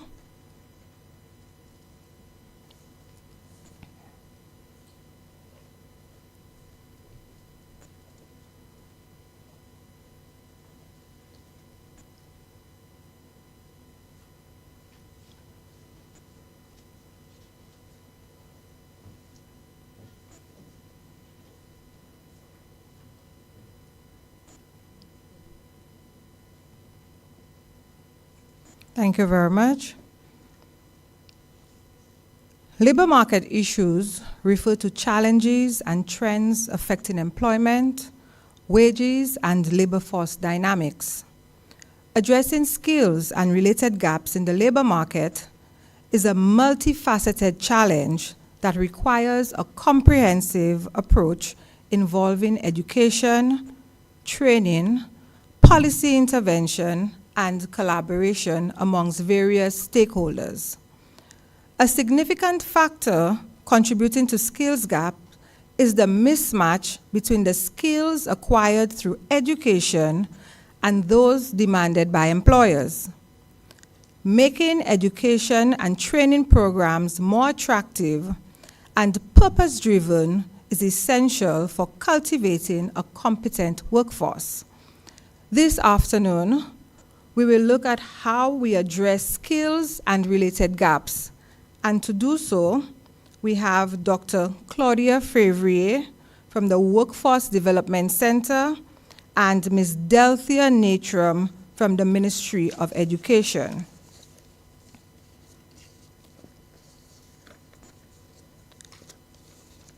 Dr. Claudia Fevrier was born and raised in the small community of Denier Riviere, Mabuya Valley, Dennery, St. Lucia.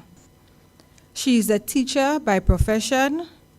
She became passionate about teaching and learning and education and joined the teaching profession, where she served for more than a decade from elementary through tertiary.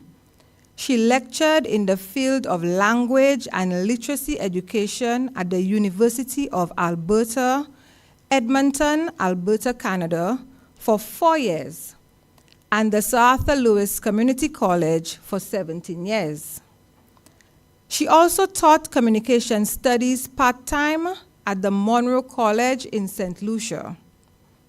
Dr. Fevrier possesses a unique skill set, having held several positions in education and management at various institutions, both nationally and internationally. With respect to accomplishments and achievements, in 2003, Dr. Fevrier was the recipient of 2 prestigious scholarships, the USA Fulbright Scholarship and the Canadian Commonwealth Scholarship, which afforded her the opportunity to pursue a PhD in language and literacy education internationally. She is a columnist for the Voice newspaper and has written over a dozen articles. She has embarked on a language arts education textbook series for teachers, colleges, and universities titled Teach Me and I Will Read. This publication is pending. In terms of previous speaking engagements, in March 2022, Dr. Fevrier gave a presentation at the Language Education Policy and Plan Conference hosted by the Ministry of Education, Castries, St. Lucia, on the topic, Issues Regarding Curriculum and Assessment in Language Education. Dr. Fevrier's professional qualifications include PhD in Language and Literacy Education, University of Alberta, Edmonton, Alberta, Canada. Master of Business Administration, Australian Institute of Business, Australia.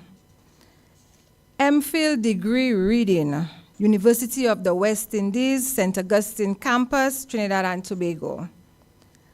Master of Education degree, Curriculum Development, University of the West Indies, St. Augustine Campus, Trinidad and Tobago. Bachelor of Arts degree, Linguistics, University of the West Indies, Cayville Campus, Barbados. Graduate Certificate in Management, Australian Institute of Business, Australia. Certificate in Teacher Education, St. Lucia Teachers College. Diploma in Special Education, Michael Teachers College, Jamaica. Certificate, Management and Facilitating Online Instruction, University of the West Indies, Open Campus and Virtual University for Small States of the Commonwealth, and a Certificate in Information Technology, Ministry of Education and Culture. Dr. Fevrier is currently the Director, Coordinator of the Workforce Development Center, situated in Binfield, Viewfort. Her job affords her the opportunity to actively respond to the socio-economic needs of St. Lucian youth. Can you please put your hand together for Dr. Fevrier?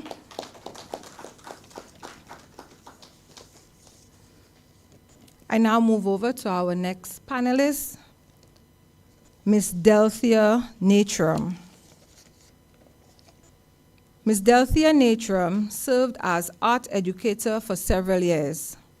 She has a Bachelor of Arts in Visual Arts, First Class Honors, from the University of the West Indies, a Master of Art in Art Education from Edinburgh University of Pennsylvania, now Penn West, Edinburgh, among other qualifications in curriculum and community college administration. She is a certified CVQ assessor, trainer, and verifier. She possesses a range of art skills spanning 2D and 3D forms and is also certified as an art therapy life coach. Ms. Natrum is currently the Education Officer for the Technical and Vocational Education and Training, TVET, within the Ministry of Education right here in St. Lucia. She has been attached to the TVET unit for about 9 years, having previously worked as both a teacher and a teacher attached to the TVET unit. She's overseen a significant transformation project that has converted secondary schools, 4 secondary schools, previously Auger Secondary School, Grand Riviere Secondary School, Piaille Secondary School, and the Stanley Adler Memorial Secondary School into the St. Lucia TVET Institutes. She's an advocate for curriculum reform, ensuring that students were equipped with the skills necessary for the modern workforce. She is working with her team to redefine success in the education system to afford more students the opportunity to experience success. Her vision is to integrate global best practices in TVET to create an inclusive and innovative learning environment that empowers all students to reach their full potential. Ms. Natrum is passionate about culture and the arts, but also enjoys gardening, creative writing, reading, and watching movies. Can you please put your hand together for Ms. Natrum?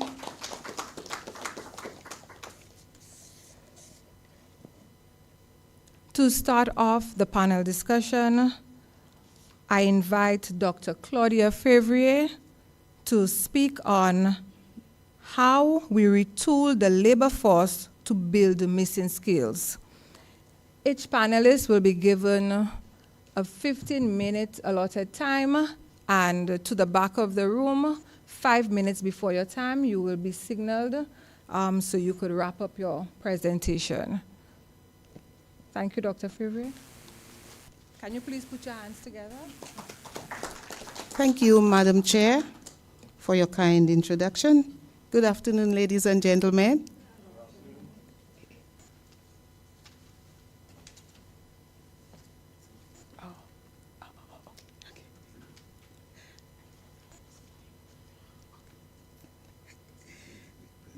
Yes, I know how to do it. I just put it there.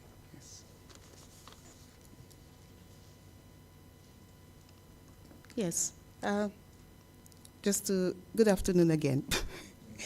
uh, like Madam Chair said, well, as a teacher, as an educator, I'm always concerned about the classes I have after lunch. So I hope I can still use my technique to keep you awake. All right, then. Let me first of all... What? Who? Oh, yes. Yes, I'll use it. I'll use it. Mm-hmm. Yes. Oh, my gosh.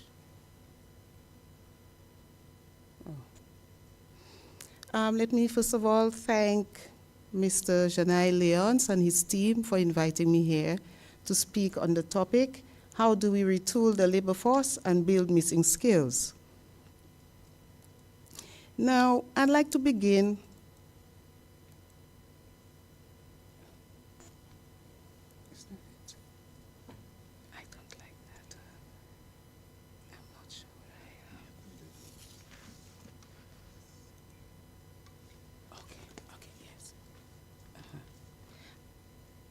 I'd like to begin with the premise that whenever there is a gathering like this, for example, the symposium, and where questions are asked and answers sought, somehow a situation has been problematized, okay? And so I'd like to say to you that a problem has a reason, and hence my topic. But before I delve into the topic, let us look at the topic in context, okay? Setting the topic in context. A working definition for the terms retool and labor force is absolutely necessary. What does retool mean? To retool means to adapt or alter or change something or someone to make that person or thing more useful or more suitable. And labor force, what does that mean? According to the Central Statistical Office, St. Lucia, 2024, it means that individuals ages 15 and over who work or employed at least 1 hour per day for payment in cash, in kind, profit, or family gain. The term also includes individuals who are unemployed and are actively looking for work and they're also willing and available for work. Further, what are the 4 types of labor together make up the active force, labor force? Now that you know what the labor force is, of course you knew, just to refresh your minds, let's see. The first one we cite is the professional labor. Okay, that requires a high level of education and training. Skilled labor requires special skill, training or knowledge, which can then be applied to the work at hand. May have been learned through experience or on-the-job training or apprenticeship program or formal education. So let's focus now on the unskilled or low-wage category. So which means we'll focus more on the unskilled, right? Not so much on the professional, but on the unskilled low-wage category within the labor workforce, which is integral to my topic. Let's view this category relative to the Workforce Development Center. What is, first of all, the Workforce Development Center? Let's have a background. Like I said, there is a problem that has perpetuated this gathering here today. What's the problem? There has been, well, let's say stakeholders, both primary and secondary, have spotted or identified a problem within the workforce or by extension, the labor market, whereby there is a skills mismatch between the demand for skills and the supply. And what has resulted from that is that there has been an inadequate human capital, okay? That means difficulties for firms to find the right skills for available jobs and for highly educated people to find qualified employment. And sometimes because of that, you have brain drain. Okay, highly skilled people leave the country and go overseas for work. Also, consequently, the country suffers from structural unemployment and obstacles to productivity and competitiveness, affecting economic development. Continue the focus on the unskilled, the youth, okay? Statistics, let's have some statistics here from the Central Statistical Office. Like the third quarter, July to September 2023, you see the unemployed, the number 14,325, of which male 6,111, female 8,214, and the unemployment rate was 13% in 2023. That was last year. Now, what our concern is here mostly is the youth unemployment rate, which is at 23%. That is high. That's almost a quarter of our youth population. And could you imagine a quarter of our youth population is unemployed, right? They're unemployed. They're there sometimes, like today I was having a discussion during break with Dr. Silly, and I was saying to her that these young people, they sit on the block. Those who do not have skills and they're just there without a job, they sit on the block. And not knowing that I was speaking to an officer, so to speak, and who knows the intricacies of the whole situation. She told me, no, my dear, they are using the media, they're using technology, right, to communicate with one another. All right, so I guess this is a factor. While technology is important, see the downside of it, right? They use it and so efficiently to get to one another to commit their crimes. And so we know that St. Lucia has suffered a lot from escalating crimes, violent crimes and what have you. So that there is a correlation. What I'm saying here is that there is a correlation between the unemployed youth and what is happening in our society today. So how do we address that? Okay, so how do we retool the labor force and build missing skills? The question. Firstly, the generation of employment through private sector development program, JEPSED, economic idea was adopted. As a result, in 2020, an official financing agreement between the European Union, that's the EU, and the government of St. Lucia for the funding of JEPSED. How was this implemented, that JEPSED program? It was implemented collaboratively by the Department of Economic Development, more specifically the National Authorizing Office, NAO, along with the St. Lucia Ministry of Education and, importantly, the St. Lucia Technical and Vocational Education and Training TVET Council, from a lot of which you heard from Mr. Thomas earlier on.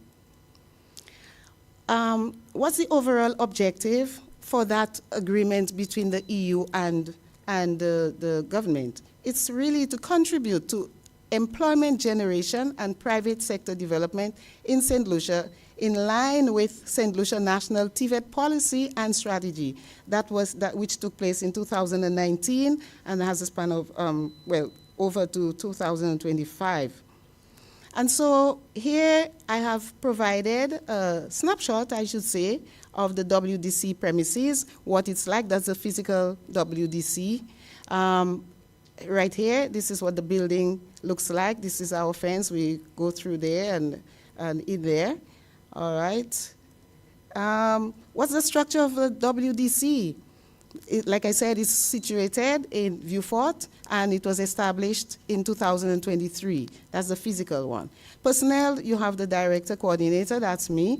There's a program officer in the person of Mr. Marvin Edgar. There's an information technology officer in the person of Mr. Peter Myers, and the administrative assistant in the person of Mr. Dwight Ravenel. So the development of the WDC program, I was mandated along with my team to develop a program for the WDC. And we did that, and I'd just like to present the goals, the main goals of the program.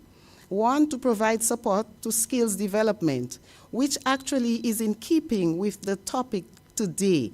And it's in keeping with the second part of the topic, to build missing skills, right? skills that the youth needs to acquire that are in demand in various industries.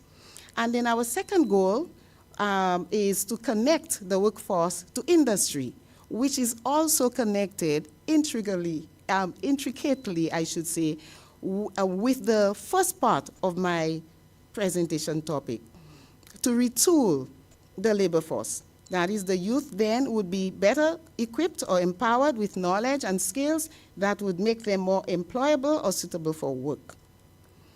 So what we did in developing our program, what we did was to do some investigation, some inquiry.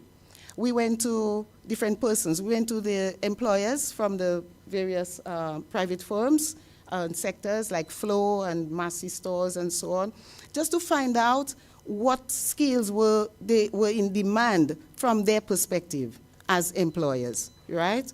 And also we contacted the training providers who would be actually the ones giving the instruction in terms of skills development. What is it that they have in mind, that what skills are necessary at this point in time? And what we concluded was that the missing skills were viewed under two broad categories. One, the hard skills, and soft skills. And what we mean by hard skills is that these are job-related competencies and abilities that are necessary to complete work, while soft skills are personal qualities and traits that impact how you work, how somebody works. So hard skills are often applicable to a certain career. Soft skills are transferable to any type of job. Okay. So, and we have examples of hard skills like plumbing, electrical installation, cosmetology, etc. And soft skills or essential skills. Some people have a problem with soft skills, right? And they said that it has been outdated, it's obsolete. And so some people prefer to use essential skills or core skills. But for the purpose of my presentation, I'd like to use the term or terminology soft skills, right, rather than essential skills, because as far as I'm concerned, all of them are essential skills, right? So there's more of a disparity between soft and hard. So this is what our program consists of: establishing partnerships, the first phase; second phase, registration; sensitization and selection phase, enrollment and training; and the final phase, assessment and certification, which you heard so much about, so comprehensively from Mr. Thomas. Okay, so phase one, I just give you a snapshot of what entails there, where we met with youth leaders from the various districts, and actually we are here in the Mabuya Valley, meeting with youth leaders and telling them about what our purpose was, and so that they could have the youth rally around them, so that we could meet with them and speak to them and for the purpose of recruitment. Phase two was the registration. So after they came together and they were interested, they were so interested, my gosh, it was such a sight, an impressive sight to see the number of people, number of youth, unemployed youth, who came to the center, to us when we kept the meeting in various communities, right, to tell them about government's initiative and how they came with such enthusiasm to register. And they registered both online through the control registry at TVET Council and also on the forms that we gave them. So here is Mr. the IT officer who's explaining the process of registration to them. And so this is our third phase. Okay, they also, for phase, the enrollment and training, that's when they go into the classrooms to do their skills training.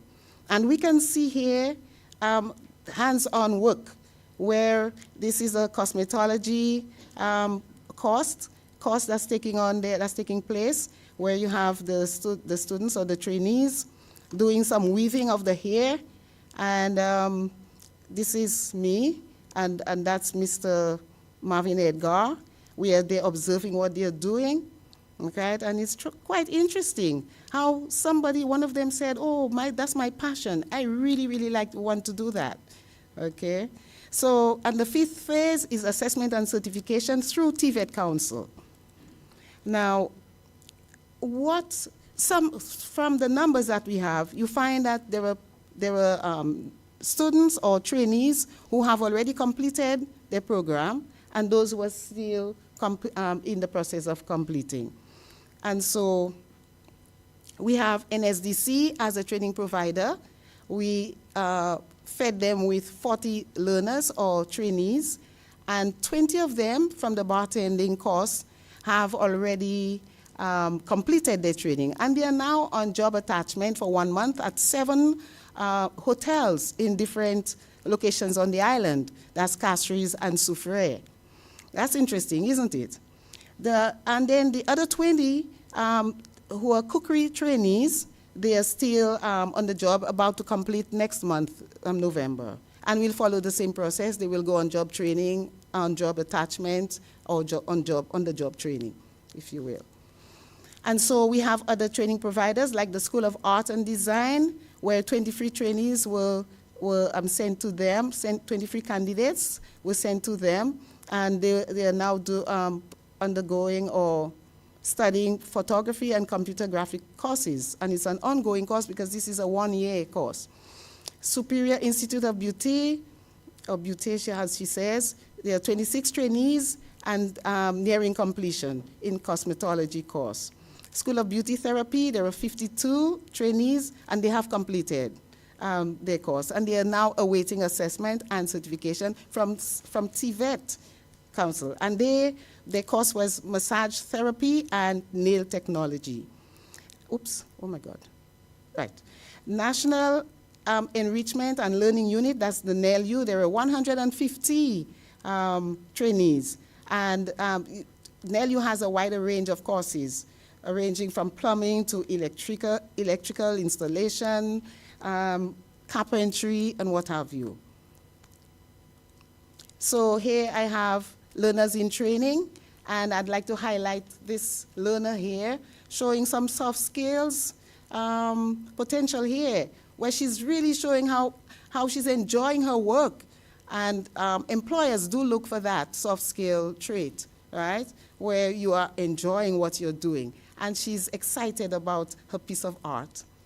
And we are here also, this is the cosmetology course class. This is the NSDC class where they are mixing drinks, right? Bartending trainees, and yes. And you have here where the massage therapy is being done.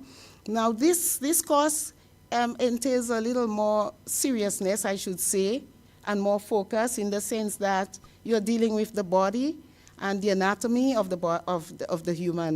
humans. And so they have to know where bones are situated, ligaments, and so on.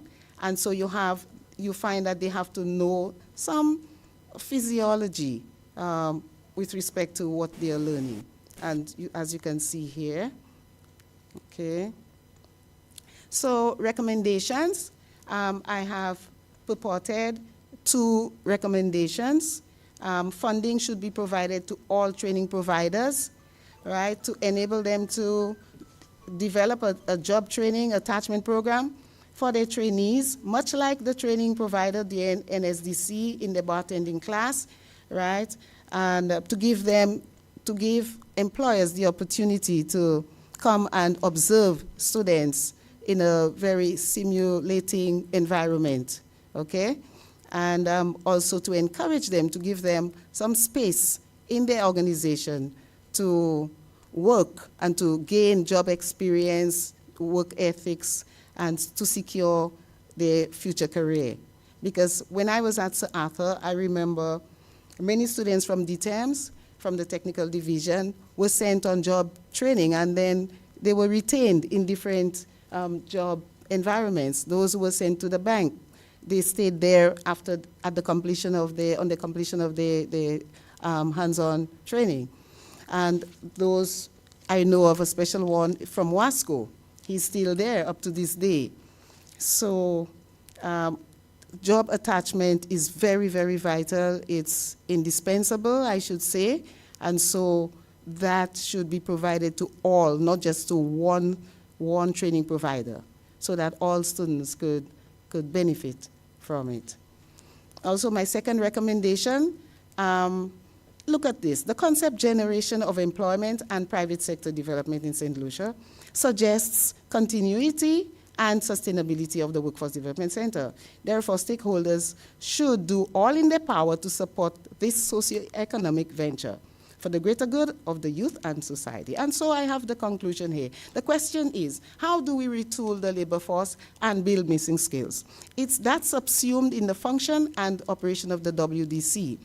It will be remembered that the fundamental purpose for WDC is to provide the category of unemployed, unskilled youth, ages 15 to 35, within the labor force in St. Lucia, the opportunity through government funding and reputable training providers to develop those missing skills on the TVET landscape.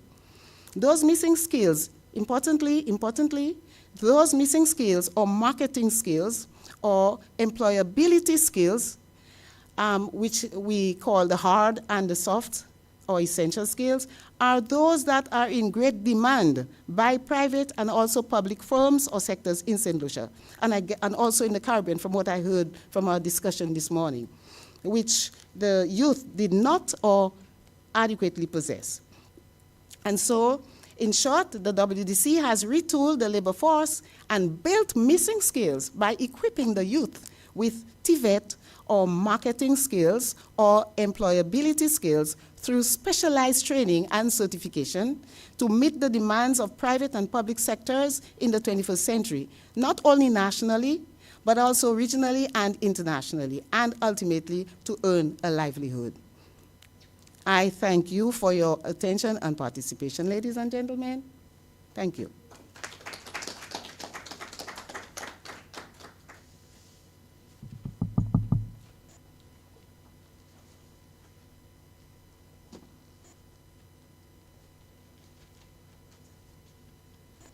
Thank you, Dr. Fevrier, for your detailed presentation on the Workforce Development Center and for providing some insight on what the center does. This is a practical example of how we can retool the labor force to build missing skills. I wish to take this opportunity to commend you and your team for the work that you do. Thank you. You're welcome. I now invite Ms. Delthea Natram from the Ministry of Education to the lectern to speak on how should the education sector respond to the perceived gap. Can you please put your hands together for Ms. Natram?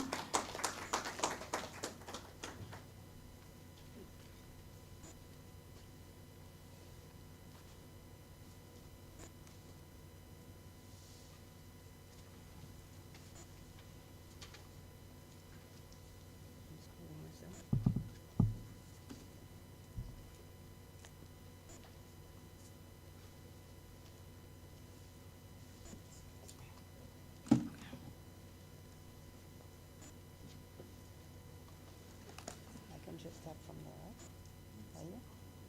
No, I can tap from there. That's easier. Yeah.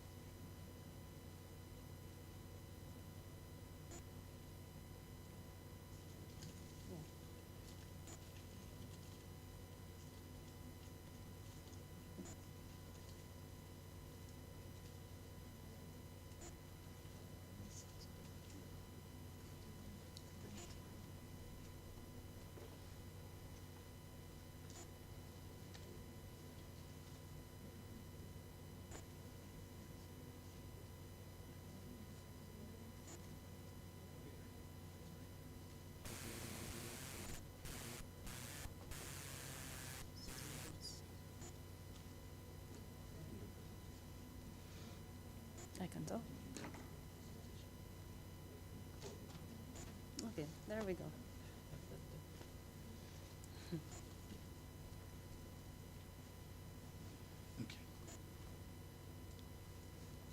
you go ahead?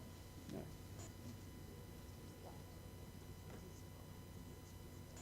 Okay, no problem. Okay. Good afternoon, everybody. Sorry for that little technical glitch. My role this afternoon is to examine how the education sector can respond to the perceived skills gap. I wish to begin by using a quote that is ascribed to many different persons on the internet, so I'm not really sure exactly whom, but its meaning is quite important. It says that no education system can exceed the quality of its teachers, and I would add training, nor can a nation rise above the quality of its education system. So our task really is to examine how it is that we can engineer our education system to respond to the skills gap upon which our economy sits.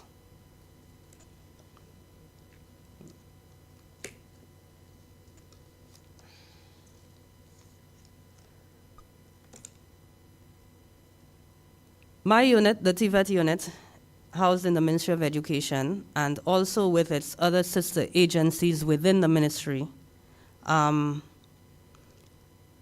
idea of addressing the skills gap in the St. Lucia education sector really involves a multifaceted approach. And this is more suitably achieved through technical vocational education and training. Traditionally, the school system, or what we would call traditional education, attempted through systems of certification to ascribe certain qualifications with certain job roles. However, we understand that it only really provided the underpinning knowledge and so on. And it's really when you got on the job, that's when you really began to learn how to work, so to speak.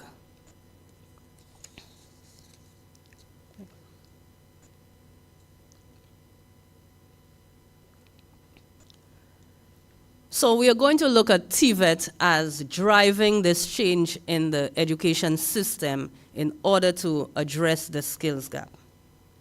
The transformative role of TVET, really, we have designed or developed 3 pillars upon which it sits. That of inclusivity, diversity, and opportunity. So the entire TVET landscape is being developed to redefine success in the education system away from the traditional parameters or definitions of success. Okay? It is common consensus that TVET is best placed in the education system to respond to the changing skills need. Okay? We rely on stereotypes of jobs that have always been there. But what we need to do now really is to set new career trajectories for ourselves. In a world where the world of work is constantly changing, whether it is through innovation, disruptions, progressions, etc., it creates a sort of, the idea of work is a sort of shifting paradigm. And therefore, TVET must be robust, adaptable, and agile in its training design. And that is why we have looked at inclusivity, where we have training for everyone to be able to find a place in the work continuum. Diversity, where we are offering a wide range that speaks to the skill needs. And opportunity, which is what we really need to grow our economy, etc.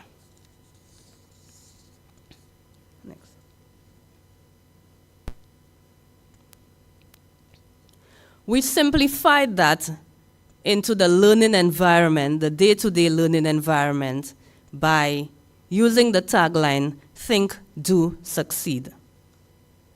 Often, people will tell you students are not able to do well in what they call academic or more scholastic circles. And so they can do something with their hands, and it seems like it's something almost thought without that is mindless. And so this stereotype has dogged the TVET in the education system. So we felt that we really had to include the word think in order to help everyone understand that TVET really is the actualization of thoughts and ideas and so on that are presented in more traditional school learning, in the more theoretical type learning. So you think, you do, and you succeed. How can the education sector respond to the skill gap? We can have a twofold approach to this. We can be responsive, so you have the data and you respond because there's an indication of a need. So you plan and you implement action based on the needs that are indicated by what we use regularly, which is the labor market surveys. Or we can be directional in the sense that we are more deliberate and pointed in what we are doing, and we develop plans and we implement strategies and actions based on the direction on which we wish to lead the economy. So let us say we wish to go more into manufacturing and agro-processing. It means that we have a particular economic direction, and what we do now is to begin to design and implement the kind of curriculum and training that is going to take us in that direction. And for those of you who might have done some work in curriculum, you understand that curriculum is the steering wheel of a country and its economy. So I'm going to look at a few points or aspects that we have been, or that is critical to the role of the Ministry of Education and the education system in responding to the skill gap. First of all is curriculum alignment. And that begins with industry collaboration. We must partner with local industries to align curriculum with the skills employers need. Development and review of training standards in response to industry needs and changes is critical. So sometimes we have those training standards, and if we look at them, they have been around for quite a long time. And we need to have a more robust system of reviewing those standards to ensure that they are aligned to the changes that is occurring into the various industries and job roles to which it speaks. Technical vocational education and training is really what is going to prepare students for high demand sectors. We have to examine our teacher training and professional development. And if you think back to the first quote I shared with you, you would see that teacher training and professional development is critical. Continuous professional development for our teachers and trainers. So we have to invest in this ongoing professional development for teachers to keep them updated on industry trends and teaching methods. So for example, we are training teachers in CBET, which is competency-based education and training. Right now we have a cohort of about 100 teachers waiting to graduate, complete all their tasks and waiting to graduate from the program. This is happening later this week. And we have to look at approaches, developing teaching approaches such as work-based learning and simulated work-based learning. Teachers also need to have more specialized training. Many persons did more traditional technical degrees, and I'm referring to the TVET teachers, and they are not specific to certain job roles. So therefore, we need to provide training in specific fields that address local economic needs, such as in tourism, agriculture, construction, and technology. So in the last 2 to 3 years, we have done so by having teacher immersion programs for our teachers. And they have had opportunity to learn skills that are specific to jobs in the industry, such as hydroponics for the agriculture teachers. We've had courses in resilient construction for our building and construction teachers, stuff like that. We have to look at career guidance and counseling. For our students, early intervention, so we need to implement career guidance programs in schools to help students identify skills and interests early. Sometimes if we examine our own selves and see how we arrived at our present careers, sometimes we took quite a roundabout route to get there. And it's really for lack of information, about our careers. Sometimes we may set off in a particular pathway because the end goal looks quite, it looks attractive. But when you begin along the journey, then you realize, okay, this thing is not what it's cut out to be. It's a little bit more than the outfit I have to wear for this job, so I'm on the wrong path, and then you have to backtrack and go around again. So this is why we want to avoid that kind of time and resource wastage so that we have more robust career guidance and counseling. And that also includes training our school guidance counselors so that they can become career counselors. Work and pre-training experience to facilitate internships and apprenticeships to give students practical experience and exposure to different career paths. So we need that kind of collaboration with industry and businesses and so on, where students may even have a little taster of a particular career they may be, or job environment in which they may be interested, because sometimes, as I said, it's a little nicer than wearing the uniform or whatever attire that goes with it, or the lovely office and so on. When you get there and you realize, okay, this is not what it's cut out to be, then,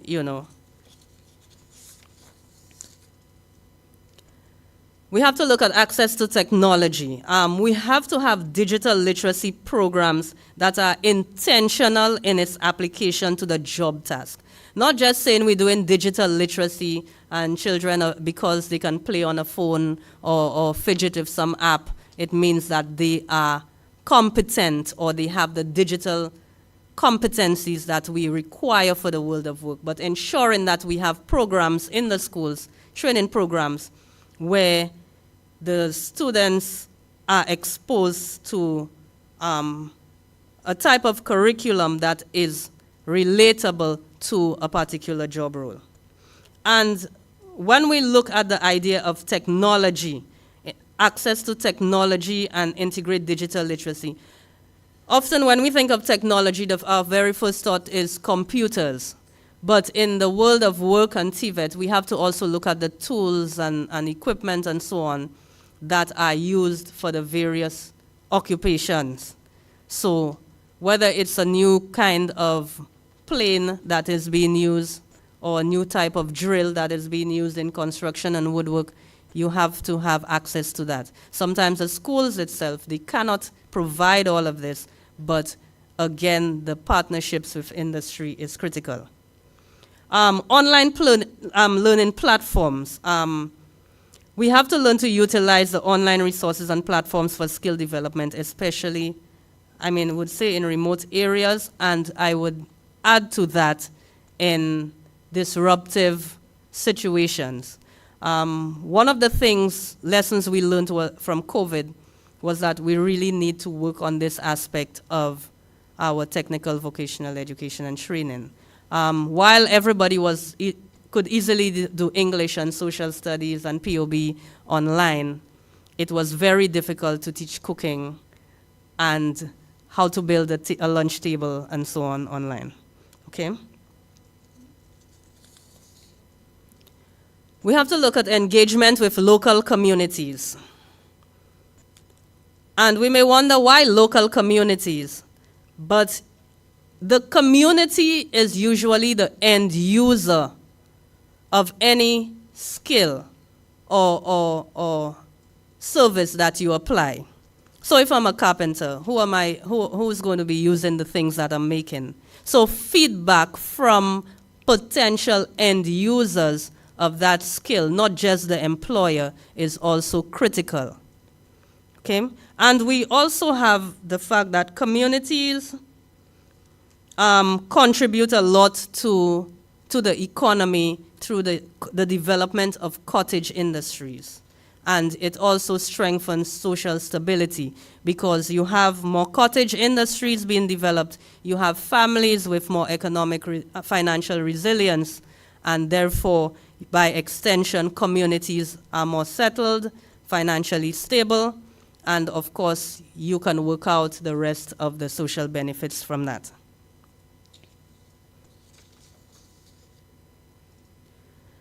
Then we get to the real ticklish one, which is policy and funding support, where everything seems to sit on that. The main guiding policy for TVET is really the TVET policy and strategy document. And most likely that was referenced earlier on today. We have to look at the policies that prioritize education funding into the skills training programs. And not just only when there's an opportunity that comes off a project. We need to look at how we extend the little boost we get from the projects and make it go beyond the life of the project. So we have to be very strategic in how we execute projects and the funding that we get from it to skills training, because we don't want a great big wind and then as soon as the project is over, then we're gasping for air once again. We want to avoid duplication of efforts so that we do not have projects with the same deliverables. Okay? So one of the things we have observed is that TVET right now has become too big to be in so many small parts, if we are all really responding to the same need. We have to look at lifelong learning opportunities, so adult education programs, so we develop programs for adults to upskill or reskill, and my colleague at the Workforce Development Center spoke to that, and she has identified a particular demographic in that respect. But ensuring that the workforce can adapt to changing economic conditions. We have to look at offering certificates and short courses that are flexible and so on to cater to the needs also of working persons. And that is catered for by NELU and NSDC and under some of the projects. We have to revisit also our national qualifications framework so that we can begin to account for micro-credentialing. And of course, a more robust system of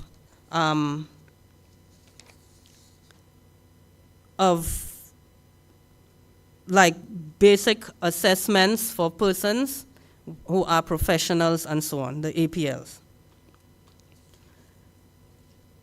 And finally, we look at monitoring and evaluation.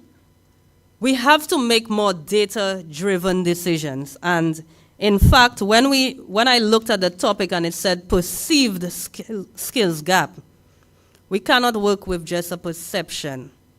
Because sometimes I look in and I'm saying, oh, well, I can't get a plumber, I can't get an electrician or whatever it is. And then because of that, I perceive that there may be a skills gap. And so I may decide, let me see if this school can do electricity or whatever it is. But there must be data to support that. and we must have timely data. And the data, we need to also look at data analytics and certain workforce algorithms that are going to help us make those projections. It's not about what is needed now. It shows us the present gap. But we, especially if we're dealing with the education system, we are dealing with students who will be out of school at least in the next 3 years, 2, 3 years. So what we have to be doing is to find a system where we can start making those kinds of projections. And so, in fact, I think our response to the workforce gaps may be more directional sometimes than just responsive, because our response may really come, if we start training now, it's really a 3-year later response. So very quickly, this is what we have envisioned the TVET landscape to look like within the secondary school system, for instance. You will notice that in the traditional system, it moves where the grammar school is really at the top. But if we are looking at the TVET system, then the grammar school moves down to the bottom because they offer very little in TVET and workforce alignment, to where you move to our new TVET institutes, for example, that specifically work towards meeting that skills gap. And I will not waste too much time on this. I just want to show you what we have done so far with our TVET Schools Transformation Project, where 4 secondary schools are now the St. Lucia TVET Institute. Keep scrolling. Yeah, so we have the St. Lucia School, the School of Innovation and Technology. And you will see some of the occupational areas. Sorry to be going so fast. I think I've been flashed my card. You can move on. So there are 4 of them. It just shows you, and you get a little picture of the students in their nice new uniform and so on. Yeah. And you see some of the occupational areas, because they offer, apart from the technical subjects, which are CSEC, every child leaves with certification at an occupational area. So you can just go on.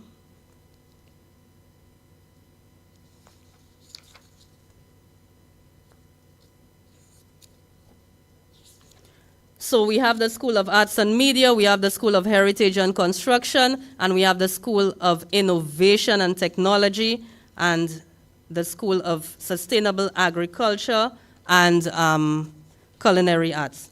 What sets the schools apart? We have work readiness, holistic development, flexibility, and we have certification with global and regional recognition. We also have a program, Dr. Fevrier spoke about soft skills. We call them transferable skills program at these schools. And these are the skills that really create a job mindset, which allows you to transition from one job role to another. These are the commonalities that are found. Okay. So what we are offering is not just an alternative pathway for those who cannot, but really a deliberate pathway. So you have diversity in the system so students can make a choice towards the world of work. And these are some of the qualifications that we are offering. And then you can basically, you can just scroll through it. You see the students with you see the skills in action at the various schools. So this is what we have been doing, and this is part of the approach of the Ministry of Education in order to meet the skills gap. And in conclusion, I would say that what we really have to do now is to set that kind of delicate balance between establishing the importance of the hard skill as well as creating or cultivating a work mindset. And we look to best practices in around the world in order to design our programs And we realize that people change their jobs several times. We cannot only focus just on a particular job task in terms of the hard skill of executing or the technical skill, but we need to create a workforce that is resilient and agile by also creating a new work mindset. If you want to know more of what is happening with TVET and how we're trying to meet that skills gap, you can simply scan our QR code and it will take you to all our social media interfaces so that you can keep abreast with what is happening. Of course, you are always free to call us and we will provide more information. With that, I wish to thank you for your attention.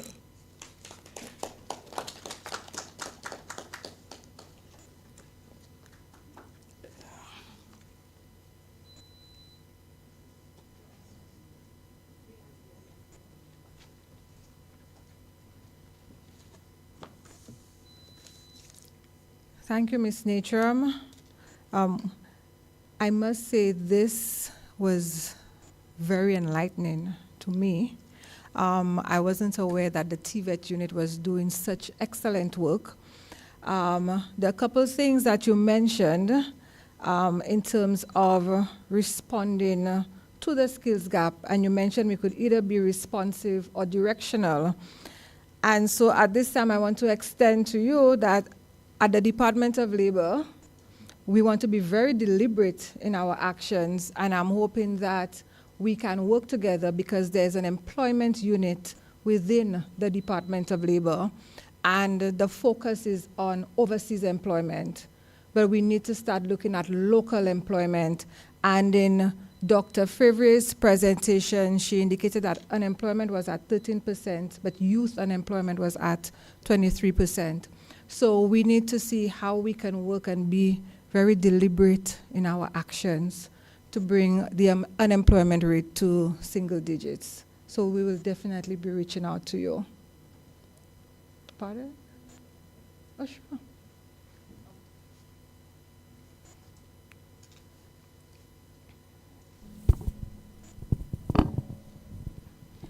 One of the things that I think I might have missed out in the presentation when we spoke of policy is that we also need to adjust our policies so that we are not working so much in silos. Agreed. I mean, just for us to do the aquaponics training of the teachers, let me tell you, we had to be writing so many letters back and forth from PS to PS to PS to head of department and so on, just to get something done.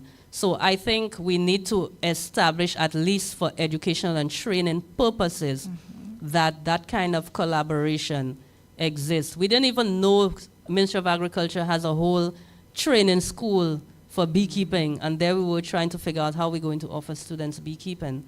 You know, so these are the kinds of things that we need to have if we are going to be relevant, or else we are going to be just like the people just teaching social studies and science, and no matter what happens in the world. Okay. So I want to indicate that I have been recently appointed PS of Labor Affairs and Labor Department and Gender Affairs, and so I pledge my support. So from one PS to a head of department, so you could convey that to your PS to see how we could collaborate to help improve unemployment in St. Lucia. Thank you. At this point, we open the floor to questions, comments. We are also accepting questions from our online platform, and so if you have a question or comment, you go to the mic to your right.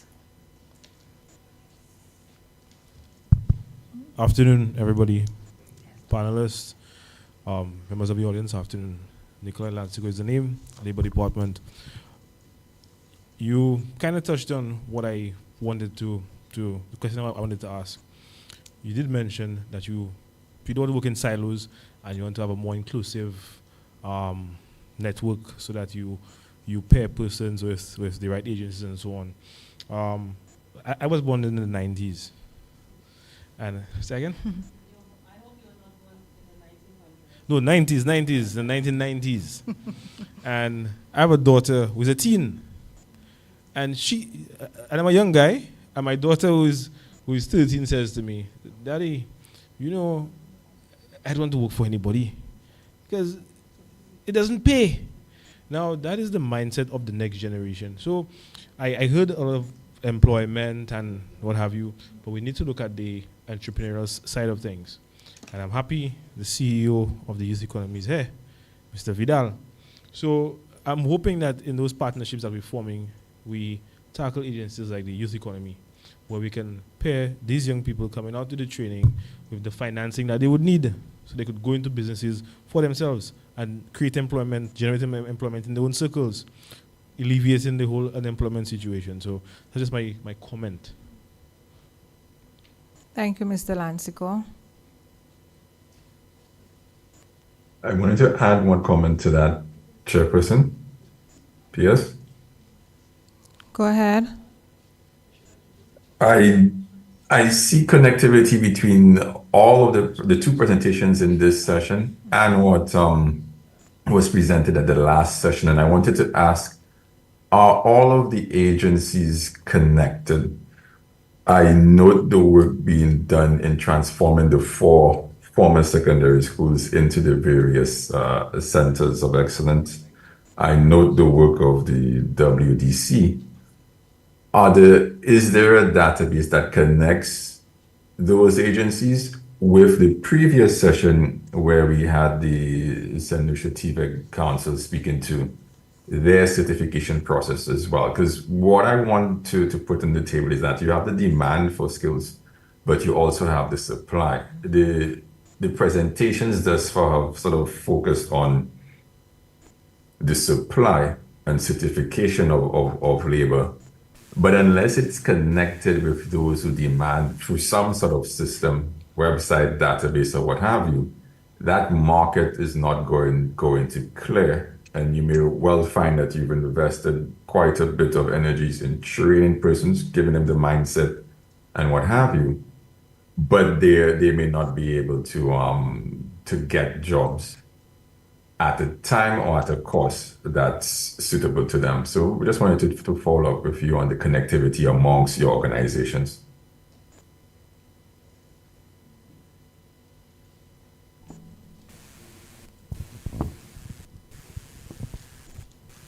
To a small extent, the SLC TVET operates almost as a hub because they're the ones responsible for ensuring that the TVET policy and strategy is implemented.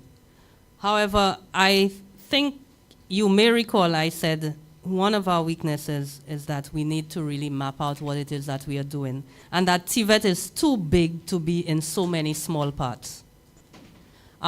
Its significance in the education system and to the economy is too big. And unfortunately, we tend to operate in departments where this one is responsible for the formal school system, this one is responsible for a project, and so on.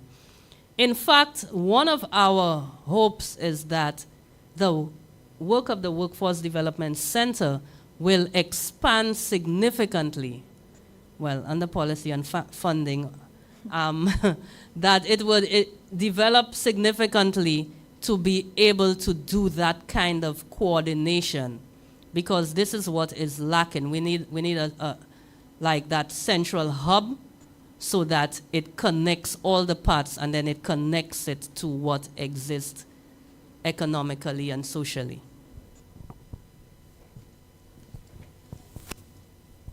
I think also I would like to add that I spoke earlier on about trainees going on job attachment programs. And I think is it Mr. Leons who's on? Yes. Mr. Leons, I think you're asking about the end product in terms of the job placements for those trained individuals.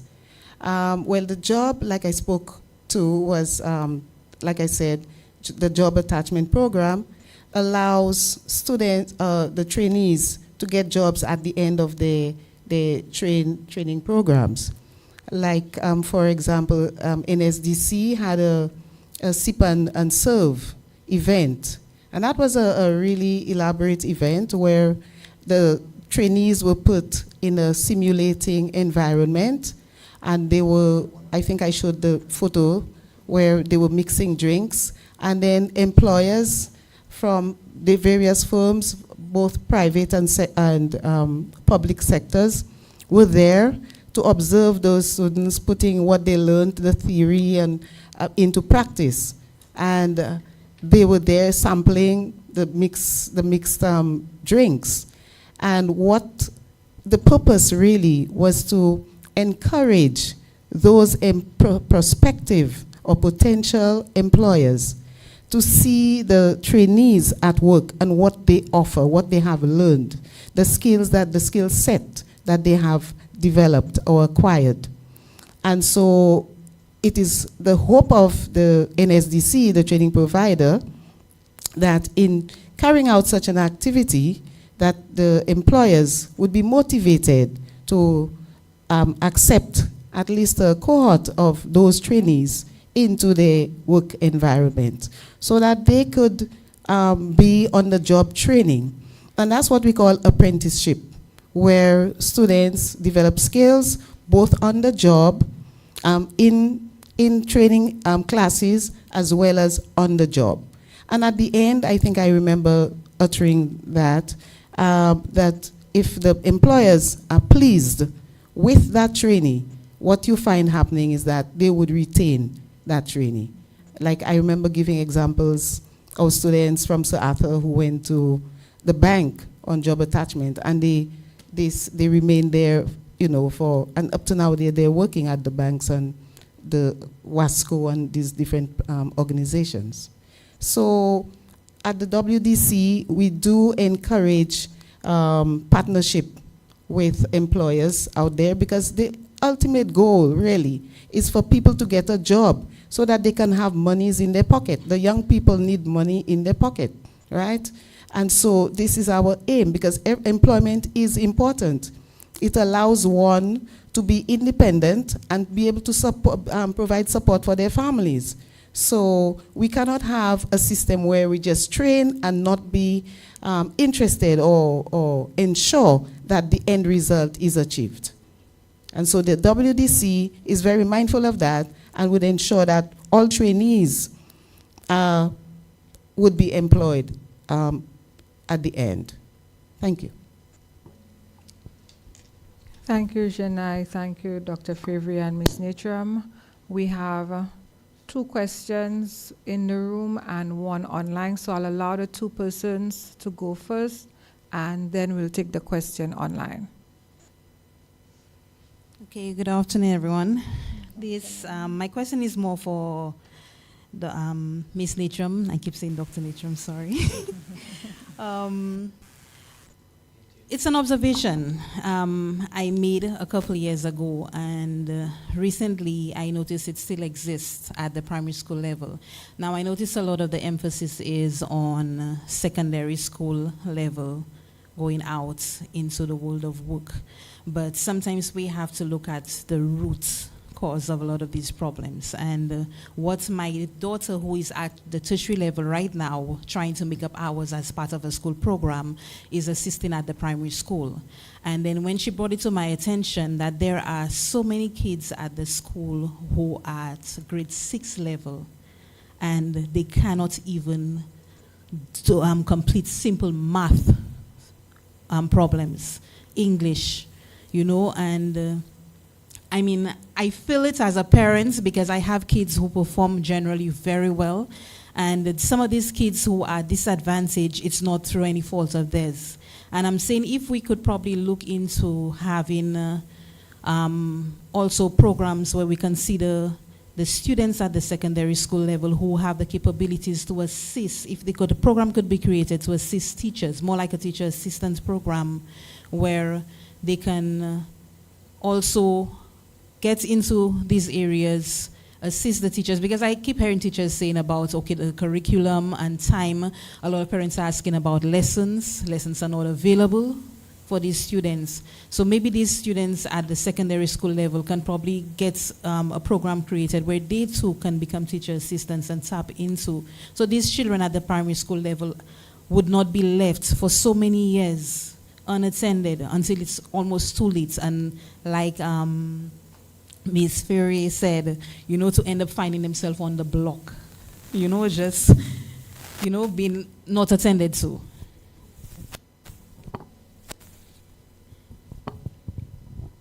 Okay, I thought you were going to ask me about TVET in primary schools, because it is one of the things we have down on our agenda. We're basically working backwards now, and we have to put the TVET back into the primary schools. Of course, it is not going to be in the primary school because they are children who cannot read, and then TVET will be for them.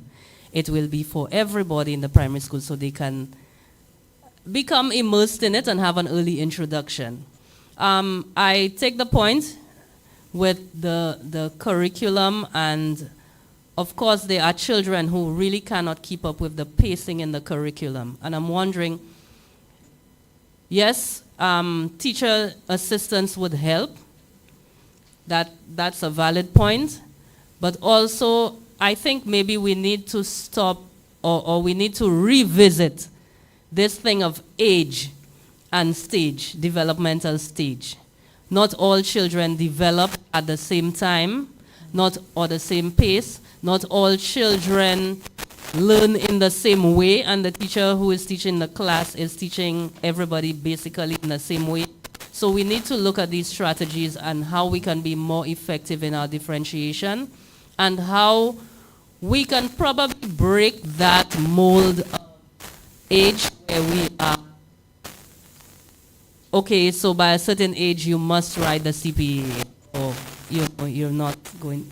So we need maybe to exercise a little more flexibility. Thank you, Ms. Natram. Okay, good afternoon. Oh.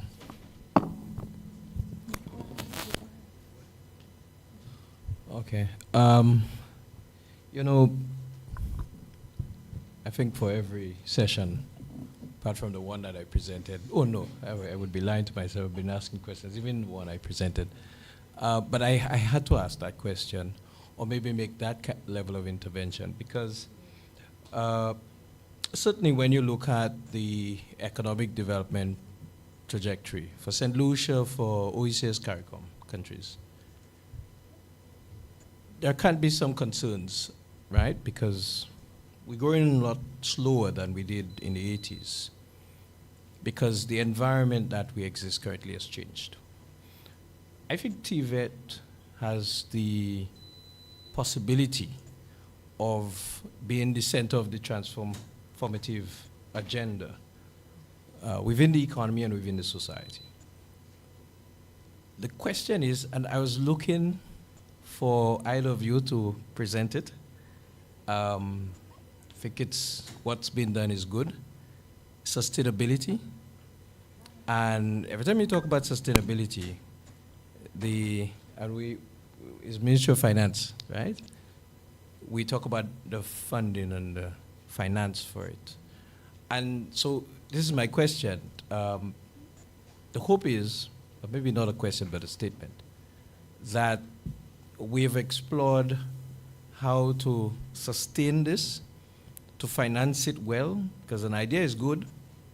It's very good to have, for instance, the idea of transforming 4 secondary schools. I think it's a lovely idea, but it needs to be well financed. It needs to be the right set of teachers with the skill sets should be in there. The right set of technology and tools should be there. The right kinds of collaboration outside of St. Lucia, internationally with agencies, should also be part of this. If this is to be part of this really transformative agenda that we talk about. So maybe it is also an opportunity for the Research and Policy Unit to explore the economic, because sometimes for policymakers, they need to see it. When you do extensive research and it shows investment in TVET, a 1% increase in investment in TVET might lead to I don't know, I've never done research in that area, 5% increase in growth. And that means ching-ching, right? Money, potentially.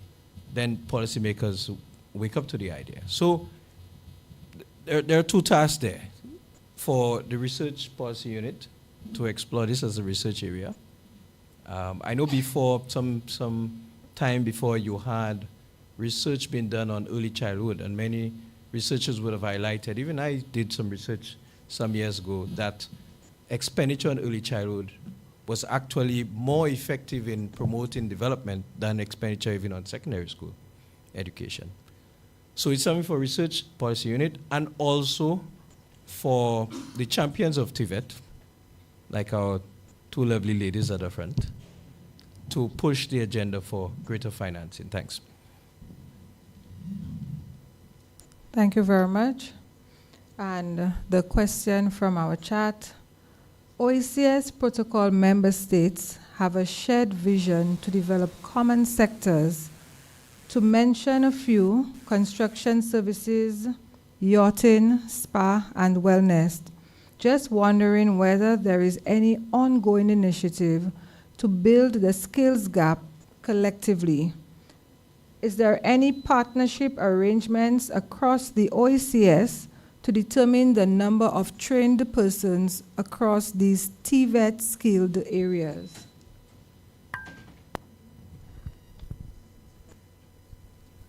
Ms. Natural.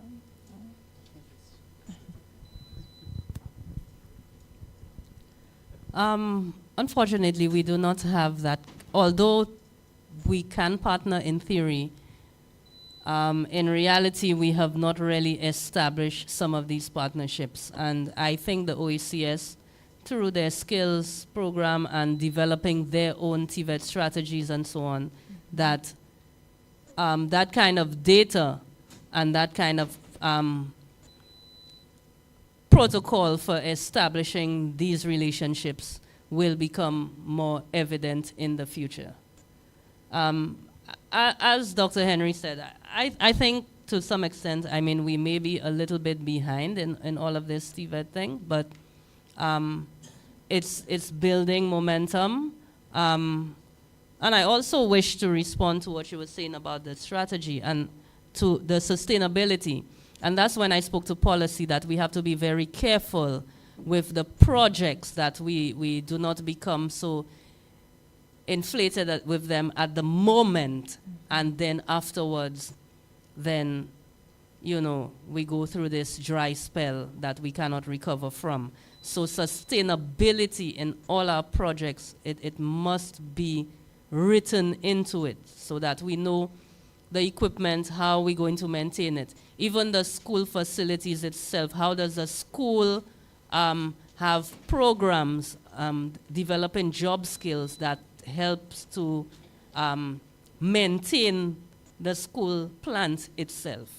I mean, it's not going to be able to become fully sustainable, but at least it can contribute to its maintenance and sustenance. Sustainability, I mean.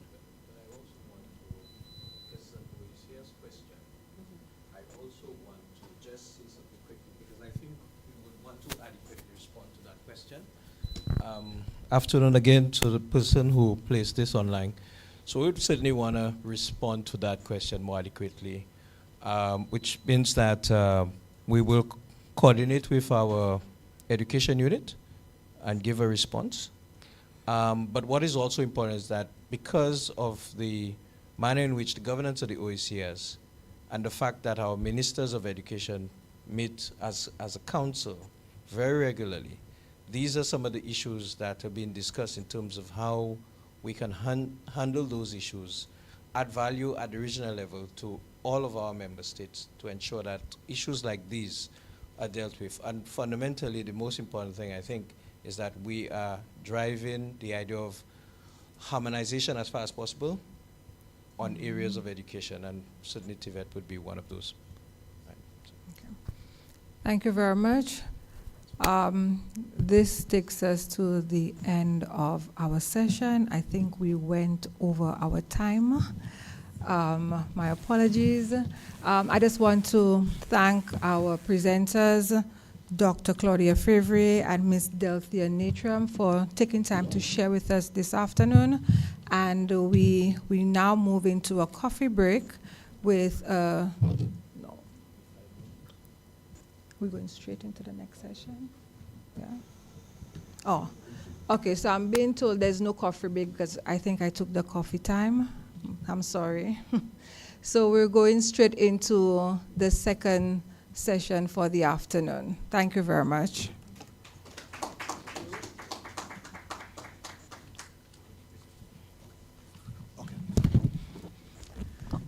Yes. Thank you very much to our presenters. One more time, let's put our hands together for them as they make their way. Right, no problem, thank you. And we're moving straight into the final session for the day. Labor market issues, social safety nets, and the labor market. And our chairperson for this session is Mr. Nikolai Lansiko. So let's welcome Mr. Lansiko. Put hands together for him.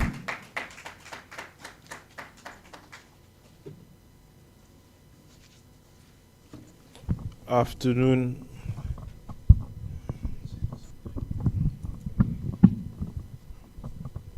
I'm a bit taller than the last people who were there. Afternoon, everybody.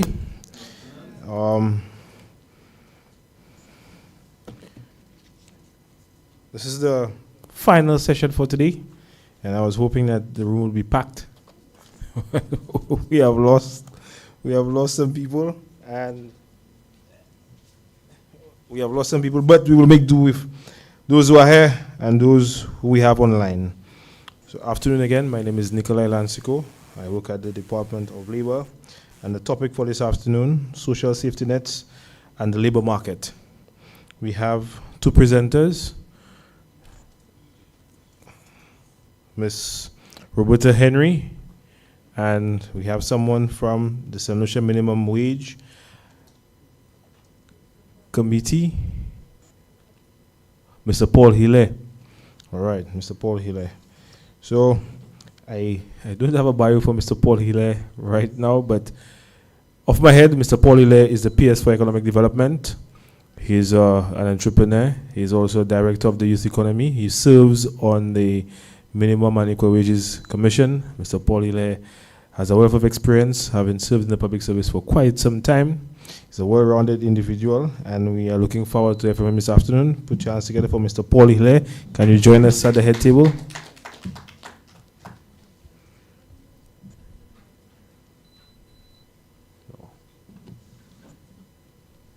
Mr. Hille, why did well with your bio? That's off the top of my head. Our next presenter, Ms. Roberta Henry. She holds an MBA in Finance from the University of Leicester. She also holds a BSc in Actual Studies from the University of the West Indies. As an associate member of the Business Continuity Institute, Ms. Henry also attained several certifications, including, but not limited to, cybersecurity and carbon literacy.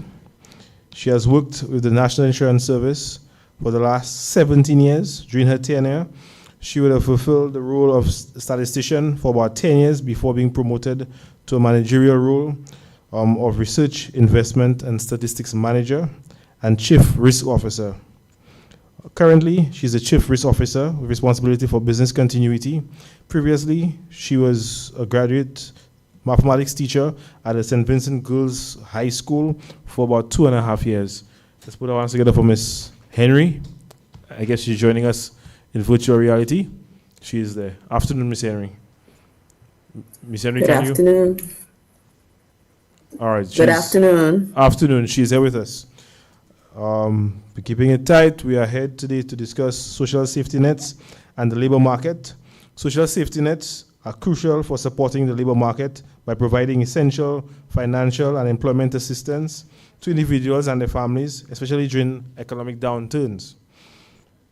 Through a range of programs that alleviate poverty, enhance employability, and adapt to the changing work dynamics, thereby contributing to overall economic stability and a more inclusive workforce. I'm going to call on our first presenter, Ms. Roberta Henry, to speak on social security systems and unemployment benefits. Ms. Henry, over to you.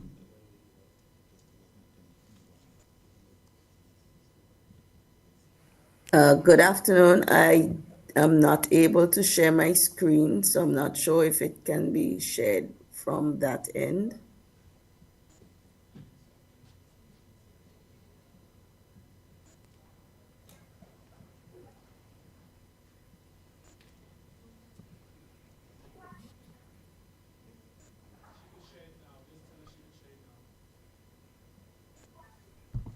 Yes, you can share now. Go ahead.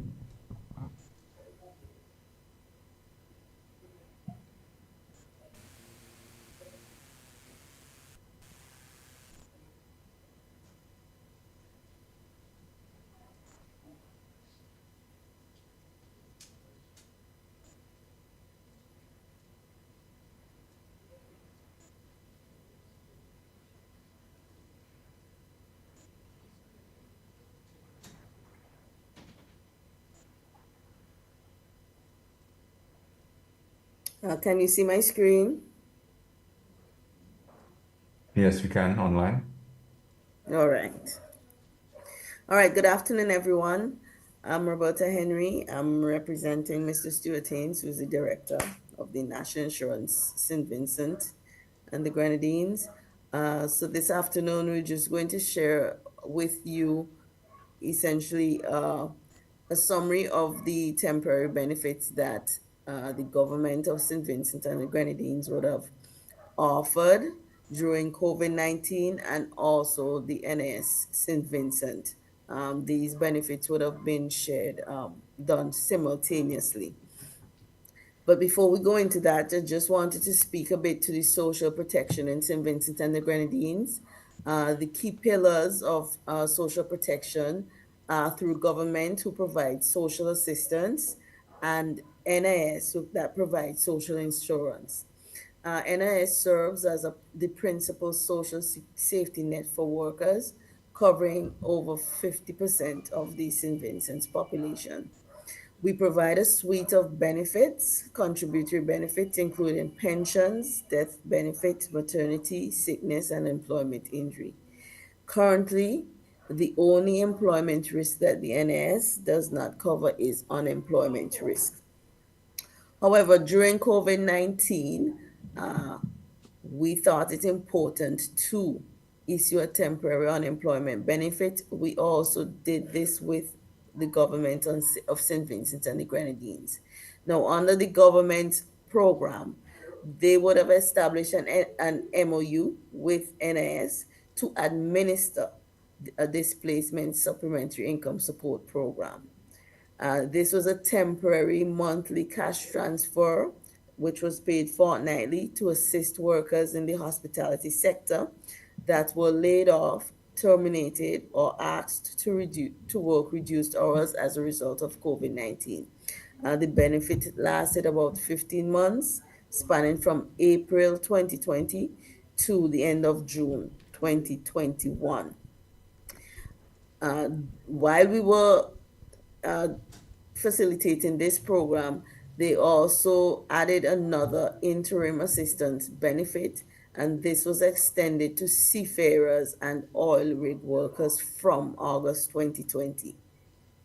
Now, simultaneously, the NS would have provided the temporary unemployment benefit, and the eligibility conditions under the NAS program was similar to that of a sickness benefit, and the potential beneficiary would have had to pay at least 26 weekly contributions to the NAS, with at least 8 of those weeks in the last 13 weeks prior to being laid off or terminated. And naturally, they should not have been pensionable at the time when they are claiming. Now, for both programs, other eligibility conditions included you had to have been formally employed as of February 29th, 2020. by an employer in the hospitality sector. That was for the government program. Laid off, terminated, or reduced from full-time to part-time between March 1st and June 30th, 2020. The salary reduced by at least 20%, and the employers must have certified that these terminations or layoffs were not due to disciplinary actions or typical seasonal employment. They were required to submit certain documents, including a declaration of employment status and a layoff certificate, and any other documentation required or accepted by the director. The benefit amount was $75 weekly, and it was payable fortnightly in the amount of $150. Now, as you can appreciate, during COVID-19, persons would have been trying to find Excuse different me, Ms. means Brown of Henry. different sources. Yes, please. Hello? Hello? The slides are not changing. You hearing me? Yes, I can hear you. We can hear They're you. not changing? No, they're not. They're not changing? Can you put it in presenter mode, please? Okay, hold on. I'm sure it's in presenter mode. Let me just double check, please. Okay.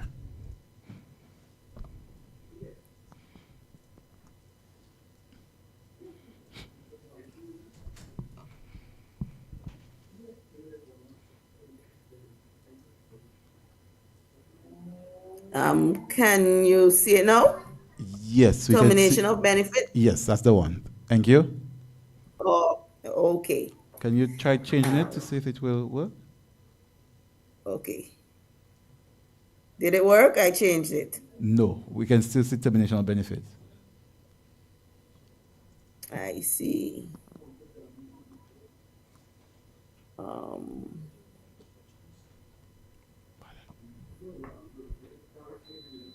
okay, I have it displayed here. Is it too small to be seen? We can still see termination of benefit. It has not changed. But can you But- see this one? Oh yes, it Statistical just changed. highlights? We can see, yes, we can see statistical highlights. Okay. Is it visible? Because I'm not in presenter mode, which is because I was going to go through slide Okay. by slide without present. So I just wanted to make sure it's visible enough. Yes, it's visible on our end. Okay. Okay. Sorry about that. That's okay. Thank you. So, okay. As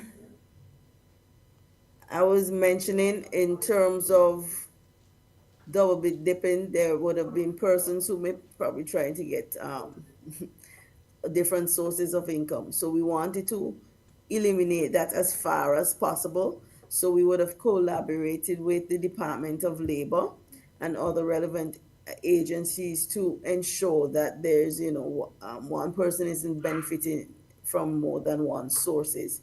So what we would have done from our end, the NIS, we would have supplied the list of beneficiaries to the Department of Labor for them to make contact with the last known employer of these beneficiaries. And this is just to validate whether the beneficiary is still unemployed, laid off, or working reduced hours. And also, our management system, we would routinely check our management system to see if contributions are coming on behalf of these beneficiaries. And once we see that, we will terminate the benefit. And this check was done every 2 weeks on a fortnightly basis. Now, just to give some statistical highlights for both programs, both government and the NIS program, it touched 4,746 individuals, and we paid just shy of $11 million for this benefit. And in terms of the demographics, about 58% were males, primarily due to the number of seafarers who would have benefited. But if you excluded the seafarers, we saw that 57.8% were females, and this indicated that the beneficiaries in the hospitality sector are dominated by women.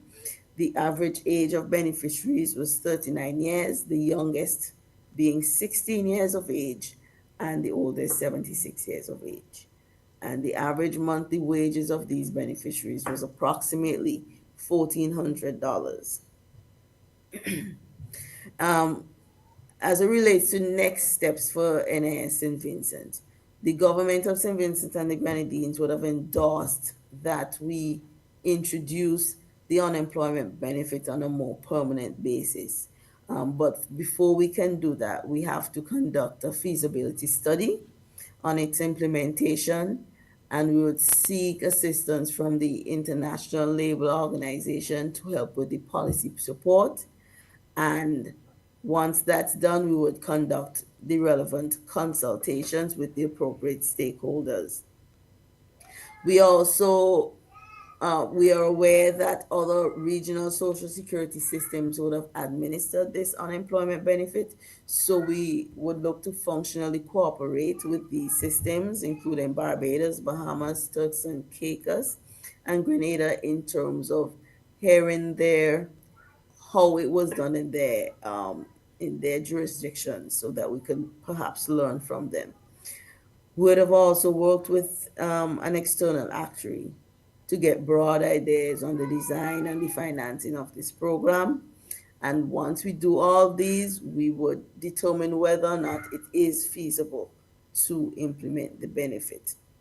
Other considerations would be if there are any legal implications, and also the appetite of stakeholders, considering that we, the NISSFG, there are ongoing increases in contribution rate due to the recent implementation of some reform measures. So just this year, June 1st, we would have increased our contribution rate by 2%, and come January 1st, we're going to increase it by an additional 1%, and we're going to do that.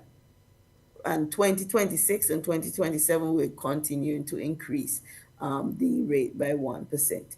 So it may be, tricky, given that we're increasing the rates yearly up to 2027. And if we do implement the unemployment benefit, it would come with a further adjustment to the contribution rate.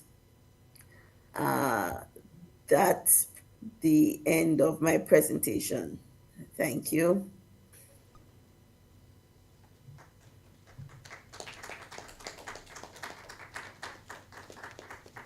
Thank you, Ms. Henry, for sharing with us what the government of St. Vincent is doing with regards to social safety nets and the labor market. One second.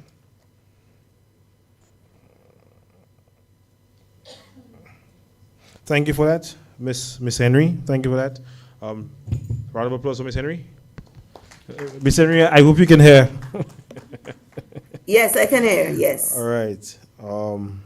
Our next presenter is Mr. Hilaire. Mr. Hilaire, forgive me, but we received your bio a bit late, so I'm going to read your bio now. That's okay? All right. So put your hands together for Mr. Hilaire. He's our next presenter, and he's here to present on Senatorial minimum wage and other considerations.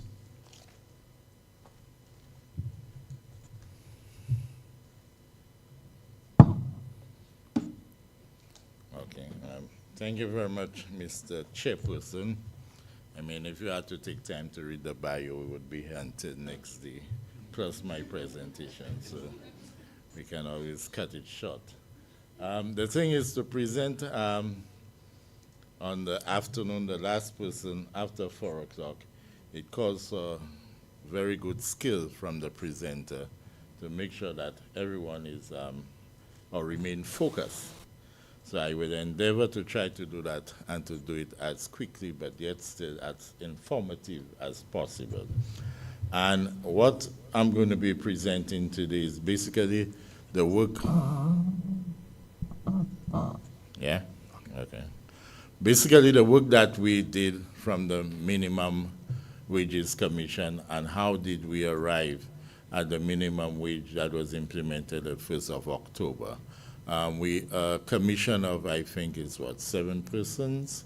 I'm the deputy chairman, and I'm happy I see with me here Mr. Paul Calitron, and the two of us, along with the other members of the commission, were very instrumental in putting the wage commission together.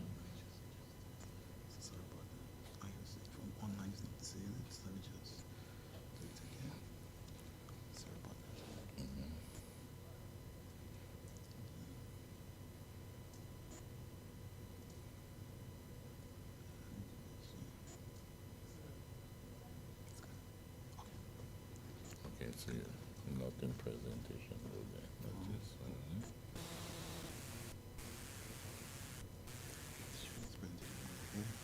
Okay, there it is. Click. If you click. Hmm? Okay.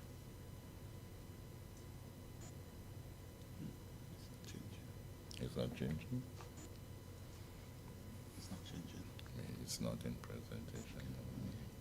Mr. Shane, let me try it again. Because it has been working. It has been working for the morning. So it's supposed to work again. Yeah, but on our end, it's not in presentation mode. So when we change it, it doesn't change.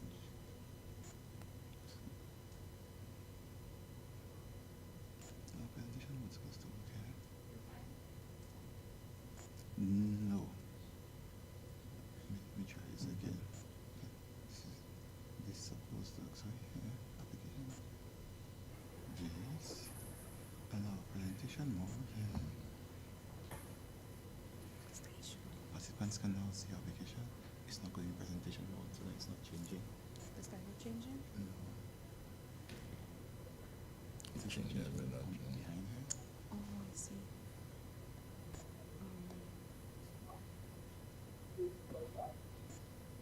Okay. It's changing now? Okay, so I'm putting presentation mode for you.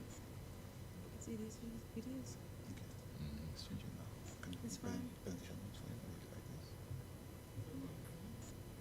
Use a pointer. Okay, let me see if it's a pointer. Yes, it is. It's okay? It's fine? Online? Is that right? No, it's changing. Those two. Those two. Okay. Go to the top. Yeah, so as I was saying, so we will speak about the minimum wage and how did we arrive at it. I will run through quickly because I know we already behind time slightly. So the first thing we did was to look at the work that was done by the Minimum Wage Commission of 2010. In 2010, a commission was appointed with a view to coming up with a minimum wage. That exercise was not very successful as a minimum wage was not implemented. But in any body of work that you're going to do, you need to look at, your do some peer review and see what went on and information on how persons, their trend of thought. So in that slide there, what I've done is to just summarize some of the findings that the minimum wage of 2010 came up with. But in a nutshell, they indicated that they came up with a minimum wage of $750 per month, and out of that they indicated about 10% of the population would be affected, and the cost to the employer would be about $453 per year, and they were generally using a poverty line of 2010, which is about $504. But how they arrive at the minimum wage that they came up with of $750, they simply took a number of, I don't even know how to describe it, but a number of wage amounts, so to speak, starting with a minimum, and then they progressively, incrementally increase it with a view to determine which would be the best one to arrive at. Obviously, you saw reasons why that could not go anywhere because there were no empirical evidence against how they arrive at it, what method they use, what justification. So obviously it did not stand the time of day. But nonetheless, we felt it was important from a commission perspective. We still look at it to see if there was anything we could have taken from it to build upon. Having said that, we decided to use an empirical method to try to arrive at the minimum wage. We look at the anchor method, but we could not use it, although it is the best way or the mostly recommended way that you can use in arriving at the minimum wage. But when we looked at it, we recognized that the data set was missing a lot of information, and it was dated, it was not up to date, because also the cost of a nutritious basket of food, we could not come up with that as to what are the basic ingredients would give you a balanced plate of food in terms of proteins and carbohydrates and what have you, and how do you cost it so you could determine that that person must be able to buy that amount or buy that basket to be able to survive. We could not get all that information, and we felt that as a commission, it would be a long-term approach that we can use going forward to get the statistical office to update that kind of information so we can proceed with going in that way. We also considered the OECD method in coming up with the livable wage, and we found that the information we had enough to be able to use that method to derive at the minimum wage. We could have also used the CIP method, which is based on indexation. As the rate of inflation increase every year, you just simply make an allowance for that to arrive at the minimum wage. But again, the base to use it was not very clear, as we never had a minimum wage before, so we didn't know what we were building upon. And as I said, the Minimum Wage Commission came up with $750, and they based the scenario on using a minimum from $750 to $850 and determined which was the best position to settle upon. So in going forward, we decided that we would have used the OECD method for the time being. Now, in arriving at the OECD method, we had to use a number of information. We had to calculate the adult equivalent for the population, and even then, we were a little constrained in that we were working with 2010 population and housing census data, and we didn't even have the 2022 data. As a matter of fact, the data, 2022 data, only came out, I think it was just about a month ago. So what we decided to do was to use the 2010 housing and population results. Out of that, we had extracting from that survey, we had 49,878 children, and a child is from 0 to 14 years, with 20,156 males and 19,746 females. The population then, 165,594. The proportion of children, 24%, and the proportion of adults, 76%. I mean, the arithmetic is straightforward, so you can work it out. Persons per household, again, the survey gave us that information. You had 2.8 persons per household. The likelihood of that person in the household being a child, again, we had to work out the formula by the percentage of the population that are children and the persons per household to get the likelihood of persons in the household being children. We got 0.67%, which approximate one child per household, and persons being an adult, 2.18, or roughly 2. Using the standard OECD scale, the first adult count as 1, the second would as 0.7, and the child would given a weight of 0.5. So our equivalent in terms of adult equivalent in the population, using all the information we have, about 2.2 adults per household. And that was based on the 2010 data. We proceeded in putting that into a very straight formula, which what the OECD used to come up with the minimum livable wage. And that would be the poverty line times the adult equivalent in the household divided by the number of household members who work full-time.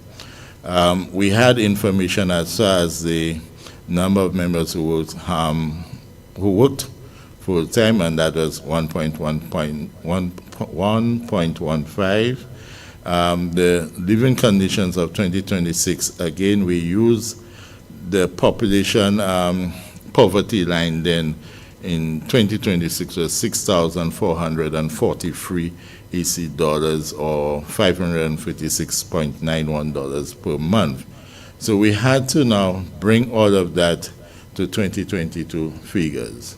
So we simply use what we look in simple arithmetic. You look for the change, the rate of change in now expressing the base of 2016 into 2022 numbers, so we could see what the poverty line would be like. Obviously, we had to use a coefficient to ensure stability in the information when we were doing it, and as you can see the calculation there, we came up that based on the 2016 poverty information, that the poverty line for St. Lucia in 2022 would have been $7,095 per year, or an average of $591.26 per month. So this is how we arrive at that. And therefore, now that we had all the information that we wanted, we were now able to put in that information into the formula that we had there, and to give us the minimum wage that we recommended of $1,151, or about $653 per month. Per hour, sorry. Yeah, $6.53 per hour. Okay, so that was based on the 2022 figures. But then we didn't stop there. We decided to go further, and we wanted to test it also against the KITES ratio, just to ensure we were able to come up with a number that's not just livable, but one which is a minimum wage. So we had to do a number of, iterations, so to speak, to see where the two would be at equilibrium with each other. So first, when we just some background data, that the KITES ratio, a ratio of the minimum wage to the median wage, is a widely used statistical indicator to set and or adjust minimum wage. This index is included in the ILO minimum wage policy and is extensively used by OECD. The KITE ratio is using the minimum wage divided by the median wage by 100. And then the KITES ratio also recommend that, you use from index from 45 up to 60 to determine where would you set your minimum unlivable wage. Anything which is set above the 60% of the index would start now having a negative impact, not just on economic growth, but on businesses and what have you. So the point of settlement would have had to be at 60% the index. In order to do that now with the minimum wage, we only had one data set we had to go to, and that is the NIC data set. And thanks to the NIC and Mr. Paul Kalicharan, who was very instrumental in assisting us, and he's also part of the commission, so we were able to put that together. So going forward, and as I said, in the interest of time, we will move quickly. Before I get to where we match the two to show how we prove that we had in fact settled on the correct minimum wage, which is also equivalent to a livable wage, I'm just going to show you some other data there and the impact the 1132 would have had. The slide you've seen, there's a formal sector employee and proportion below the minimum wage of 120. So for instance, in agriculture and in forestry and fisheries, you had from the data set a total of 814 persons employed in that category, of which 298 persons were found to be below the livable wage, and the percentage is simply when you express it as a percentage of the whole. So if you look at that slide, you will see it gives you the mining and quarrying, manufacturing, electrical, gas, and water supply, and you go down and you would see where the biggest group would be that of, if you look at activities inadequately defined. I don't know exactly what inadequately defined. The NIC expert would probably want to help on that. But that was the biggest affected group, where 344 persons out of 879 employed were earning below that minimum wage. That simply gives you a wage distribution in St. Lucia, the number of persons earning within the different scales, so we could move quickly from here. The formal sector with earnings of less than that by sector, average wage and employment duration. Again, you would have here the total number of persons in there, the average wage in the group, and the average credit count. I think that has to do with the contributions that they make to the NIC. So that 6.89 is an average for the year of 6.89 contributions of persons in that group. Now, that's just an average. That doesn't mean everybody is contributing that amount, yeah? The average age of those persons, 45 to 46, the average earning, and again, that's persons who we found below the minimum or livable wage. The density contribution, an average of 7 months they would contribute on an average, and proportion of the formal sector, 20% out of the formal sector. So that's where it gets interesting, now that we move away from the data. So what we have done here is to now compare the minimum wage that we came up with in terms of the kites ratio and in terms of the median wage, and to determine at what point, because remember I said to you, where we want is the point where the two of them are at equilibrium with each other, where the minimum wage is equivalent to a livable wage. And it just happened, and it wasn't a stroke of luck. It's just to show you that our data is not biased, and we use a data set that has, very good reputation. We were able to get to the point where it is equal, and it fell just below the 60%. We didn't play with it, we didn't do anything, we used the data. So, the median wage in St. Lucia, and that's when we look at all wages in St. Lucia from the lowest level to the highest level, we got a median wage of $1,896.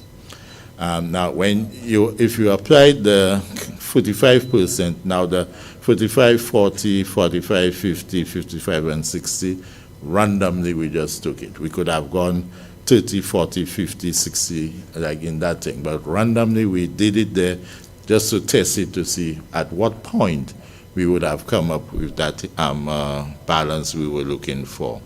At 45%, we got a minimum wage of $663.79, and that would have given us 59% of the minimum wage as a percentage of the livable wage.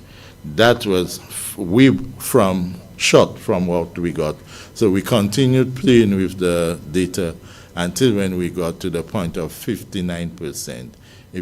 When we took 59% of the median wages in St. Lucia of 1,896, we got an exact fit. And the exact fit gave us the 100% we have there. And you notice, as I said, the ratio indicated that anything above 60 would have started impacting negatively on the economy in terms of productivity, economic growth, returns to businesses. So it happened that at 59%, we were able to get the point where we were, where the minimum wage is now equal to the livable wage. So again, we just graphed it here for you, so that's just a ratio to show where it got to the point way in front of the 60%. We have affected formal sector employees. We had, by adjusting the wages to the minimum wage as of October 1, you had 12,097 persons would have been affected positively, if you can use that kind of construct, because affected is normally used in a negative way. So 12,097 persons got a salary increase in St. Lucia, which represent 20% of the formal sector. It would cost the employer $32.8 million to implement that over the year. And if you really watch it, it's a very, very small percentage of the total sales and what have you. But, you know, looking at the whole economy as a whole, in fact, that was only based on persons paying NIC. So I'm not sure of persons who are not paying NIC or persons who have other arrangements with their employers, or they may be employees, sorry, or they may be illegal, but that's numbers based on what the data set revealed at the NIC, and it was within 59% of the ratio. The annual cost, what we went there, we further disaggregated to the affected persons, the wage difference, the NIC contribution, and the total here, which is wage difference plus the NIC. So we broke it down by sector so you can see how much more it will cost each sector, how much more contributions in terms of the NIC, the workers and the employees and employers would have to pay to satisfy the NIC contribution, and the total getting us back to our $42 million that we worked out. The largest sector that would, as a percentage here, well, we didn't work out the percentage. Maybe it's on the other side. Okay? But I won't go through everything. So if you want, you could take your pictures and you could ask the questions after.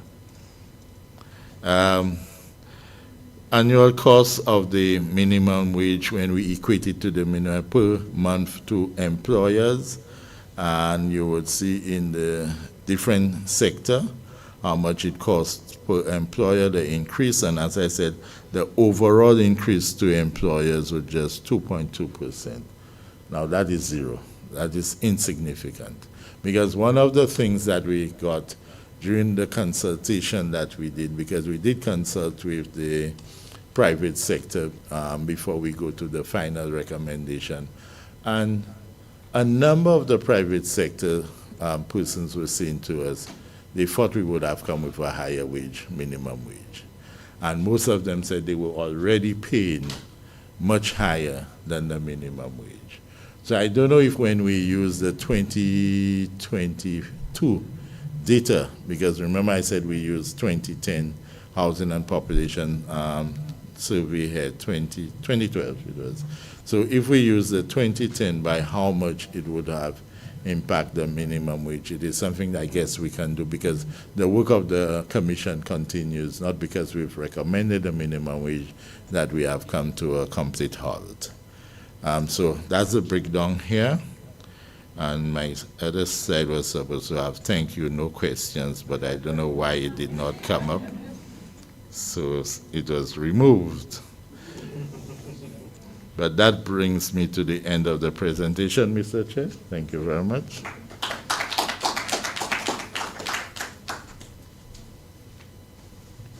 Thank you, P.S. Hilaire, for sharing with us this afternoon how you some feedback. How you and your team came up with the minimum wage, and what the feedback was from the stakeholders, the employers, the employees, and so on.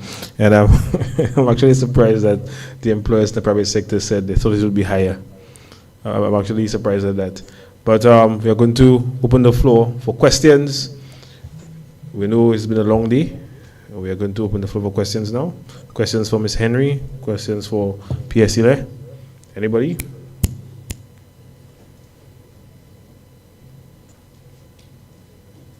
No questions? On minimum wage, social safety nets? No questions? I know people are tired. I know we've had a long day. Any questions for Ms. Henry? Any questions for the PS? Persons in virtual space? We have a question. We have a comment. Go ahead. So, one person is making their way to the mic.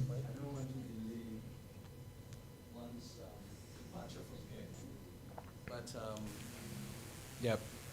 So thank you, both presenters. I think very good presentations. And certainly there are good things happening both in St. Vincent and Grenadines and, of course, in St. Lucia. And you see how, because the purpose of this engagement is also policy sharing. And at the OSS Commission, we're always happy when our member states are showing progress in various areas. Particularly in the context of St. Lucia, I'm wondering whether there is a way in which we can even extend that knowledge sharing beyond this engagement to the other member states. I haven't checked, but I think quite a number of member states do not have minimum wages at this point in time. So maybe it's a conversation that we will have, not here, not at this time, but certainly down the road. So just sort of preempting and sort of giving that sense that we're coming back. Thanks. Thank you for that comment. Any more comments from the floor? Questions in virtual space? Any more comments? Questions? We have a comment from the floor. A question? Good afternoon, Mr. Hilaire and everybody again. I just want to pose a question based on reactions after the minimum wage was stipulated by our government. And I'm wondering if the impression that I've gotten is correct, in the sense that you spoke about equilibrium. That means there's a balance, right? So what I'm saying here is that many people believe that there isn't an equilibrium between the employers and the employees. Because what happens is that, okay, yes, the employees would benefit from the minimum wage in that the salaries or wages would increase to some extent. However, that can affect negatively the employers because perhaps they are not in the position to increase their employees' wages.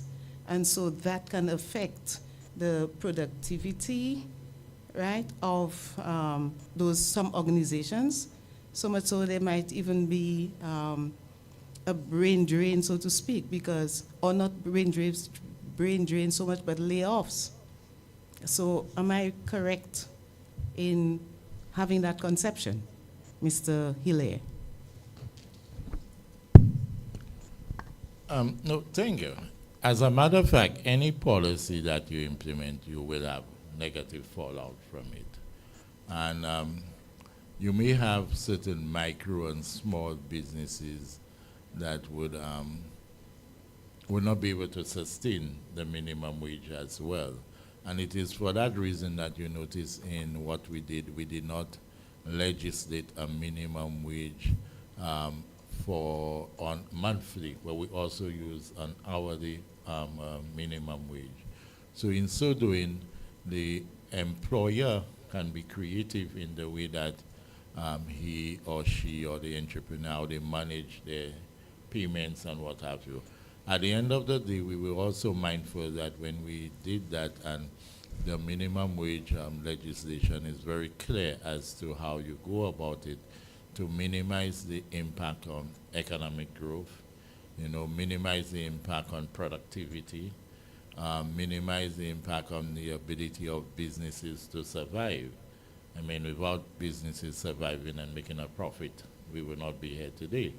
So we took all of that into consideration, And hence the reason why we tested it against the international best practice to determine at what point we will we settle to arrive at that thing. Now, yes, some businesses may go under as a result of the minimum wage, but again, all of that can be addressed through various policy intervention on the part of the government as to in terms of concessions and a number of the other things that they can make available to those small business, because I mean, you have special legislation, micro and small business legislation.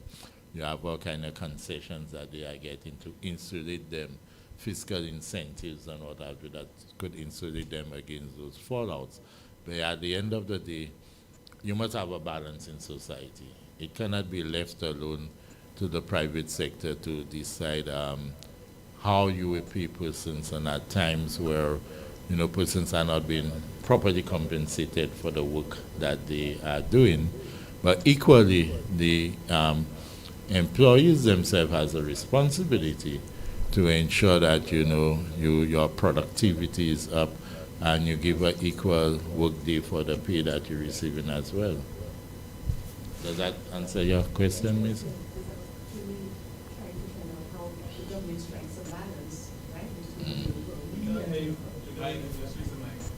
Mike, use the mic for our virtual audience. Yes, Mr. Hilaire, you've answered my question, but I was just saying that my interest was how the government is able to strike a balance between the employee receiving the minimum wage and the employer being the person doing, responsible, right? So I hope they are able to strike that balance, because there might be some problems down the road, in terms of even unemployment rates might increase, because people will be laid off, as I said earlier on. So I'm hoping that you are able to strike a balance. Well, I mean, you may not necessarily get unemployment, because that's a misunderstanding. You may get what you call a relocation from one job to the other. Because remember, you have a circular economy there. And as you increase people's wages, the propensity to save is very low. People will consume more. So the areas or the sectors that are becoming more productive or earning more will now employ more persons. So it may not necessarily be a situation of you creating an unemployment, but persons relocating to new jobs. Unfortunately, in Senegal, we did not have too much of that concern, because in our consultation we did in the private sector, they indicated that, we actually got no objections, right, Mr. Catron? Yeah, we got absolutely no objections from the private sector. That was one of the smoothest policy to implement. Final question from the floor. I've been prompted, sorry. What about the trade unions? I think they had qualms about this whole idea of minimum wage. Has this been resolved? Well, I'm not aware of that, because the trade union has representative on the Minimum Wage Commission, and they're responsible for Employers Federation. All of them have representation on the minimum wages. Okay, but aren't you aware that they were very concerned about that at some point in time? Positively, yes. Yeah, okay. Yeah, positively. Oh, positively? Yeah. That's new to me. Mr. Catron, did you get any of that? Because you're part of the commission. Yeah. We didn't get any. Yeah. It was positive response. Yeah.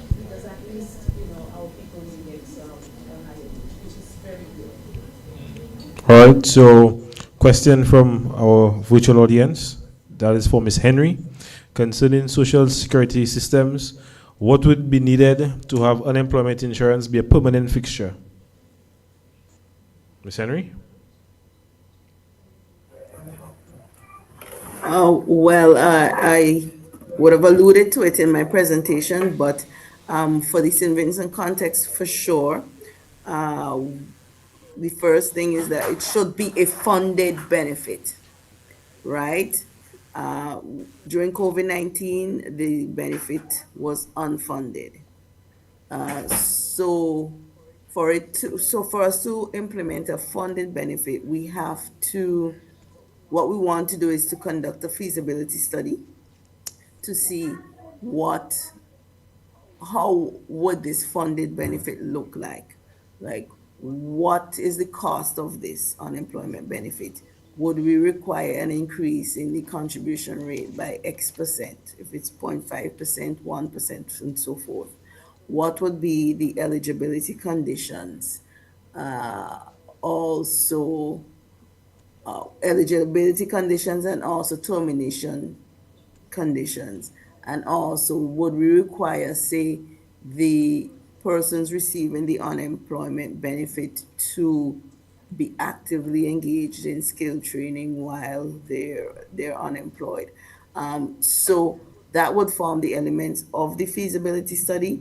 And based on what is found, we would have to consult with the populace to get their feel as to if they have appetite for this benefit.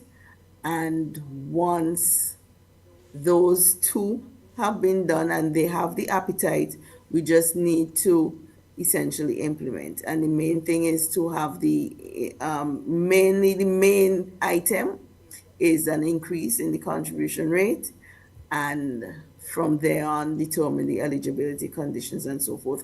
And our sister countries in Grenada Social Security would have implemented an unemployment benefit just last year, I think, May last year. So we could also learn from their experience in terms of implementing. But the main thing is to have it funded rather than unfunded. Thank you for that, Ms. Henry. That is it. That brings our presentation to an end. Thank you for joining us for this afternoon session. I will hand you over to the Master of Ceremonies. Thank you.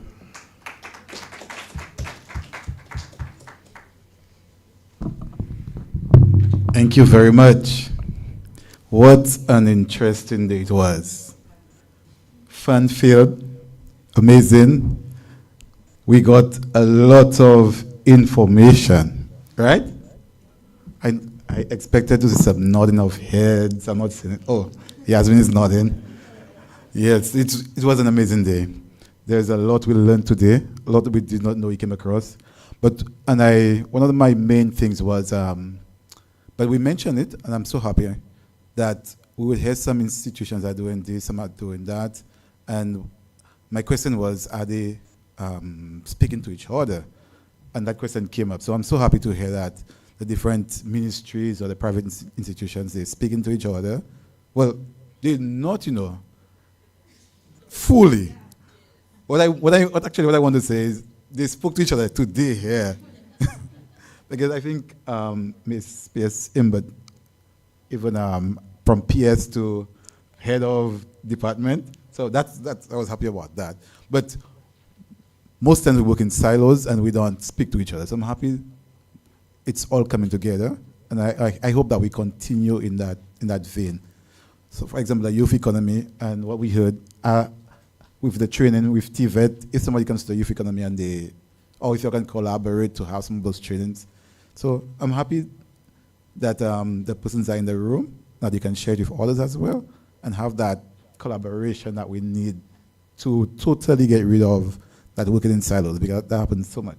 We all know that in the ministry, so many silos. So I'm happy that came up, and I'm happy that it started disseminating a little bit. So hopefully that continues. Oh, let's put our hands together for our chairperson. Thank you. Let's put our hands together for our presenters and for ourselves, the audience. I have 3 points here, 4. So registration, there was a registration sheet being passed around. I hope everyone registered. If not, it's in the back. Please register so that we can send a presentation to you. Remember we missed the break. It's there. So when we going out, please grab one. And the online community, thank you so much. Let's put our hands together for the online community. Please feel free to join us face-to-face online community tomorrow for day 2. And I have here some closing remarks.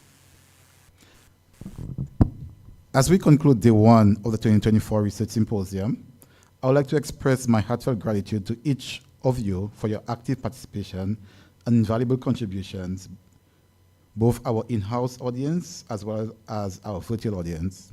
Today, we have delved into critical discussions surrounding economic development, labor market issues, and the pressing challenges that face our region. We have heard from diverse array of experts who have shared their insights, experiences, and best practices. Your willingness to engage in meaningful dialogue has undoubtedly enriched our understanding of the complexities we face in St. Lucia and the broader OECS region. As we wrap today's session, I encourage all of you to reflect on the discussions we had. Let us carry forward the ideas and strategies presented here to inform our future actions and policies. Together, we can address the barriers to growth and work towards fostering sustainable economic development in our communities. Before we conclude, let me remind you to join, I would like to remind everyone to join us for day 2, where we'll continue to explore significant issues, including inflationary pressures and the impacts of crime and opportunities in the renewable energy sector. Thank you once again for your participation and for making today a success. Please enjoy the rest of your evening, and I look forward to seeing you bright and early tomorrow morning. Thank you, and safe travels.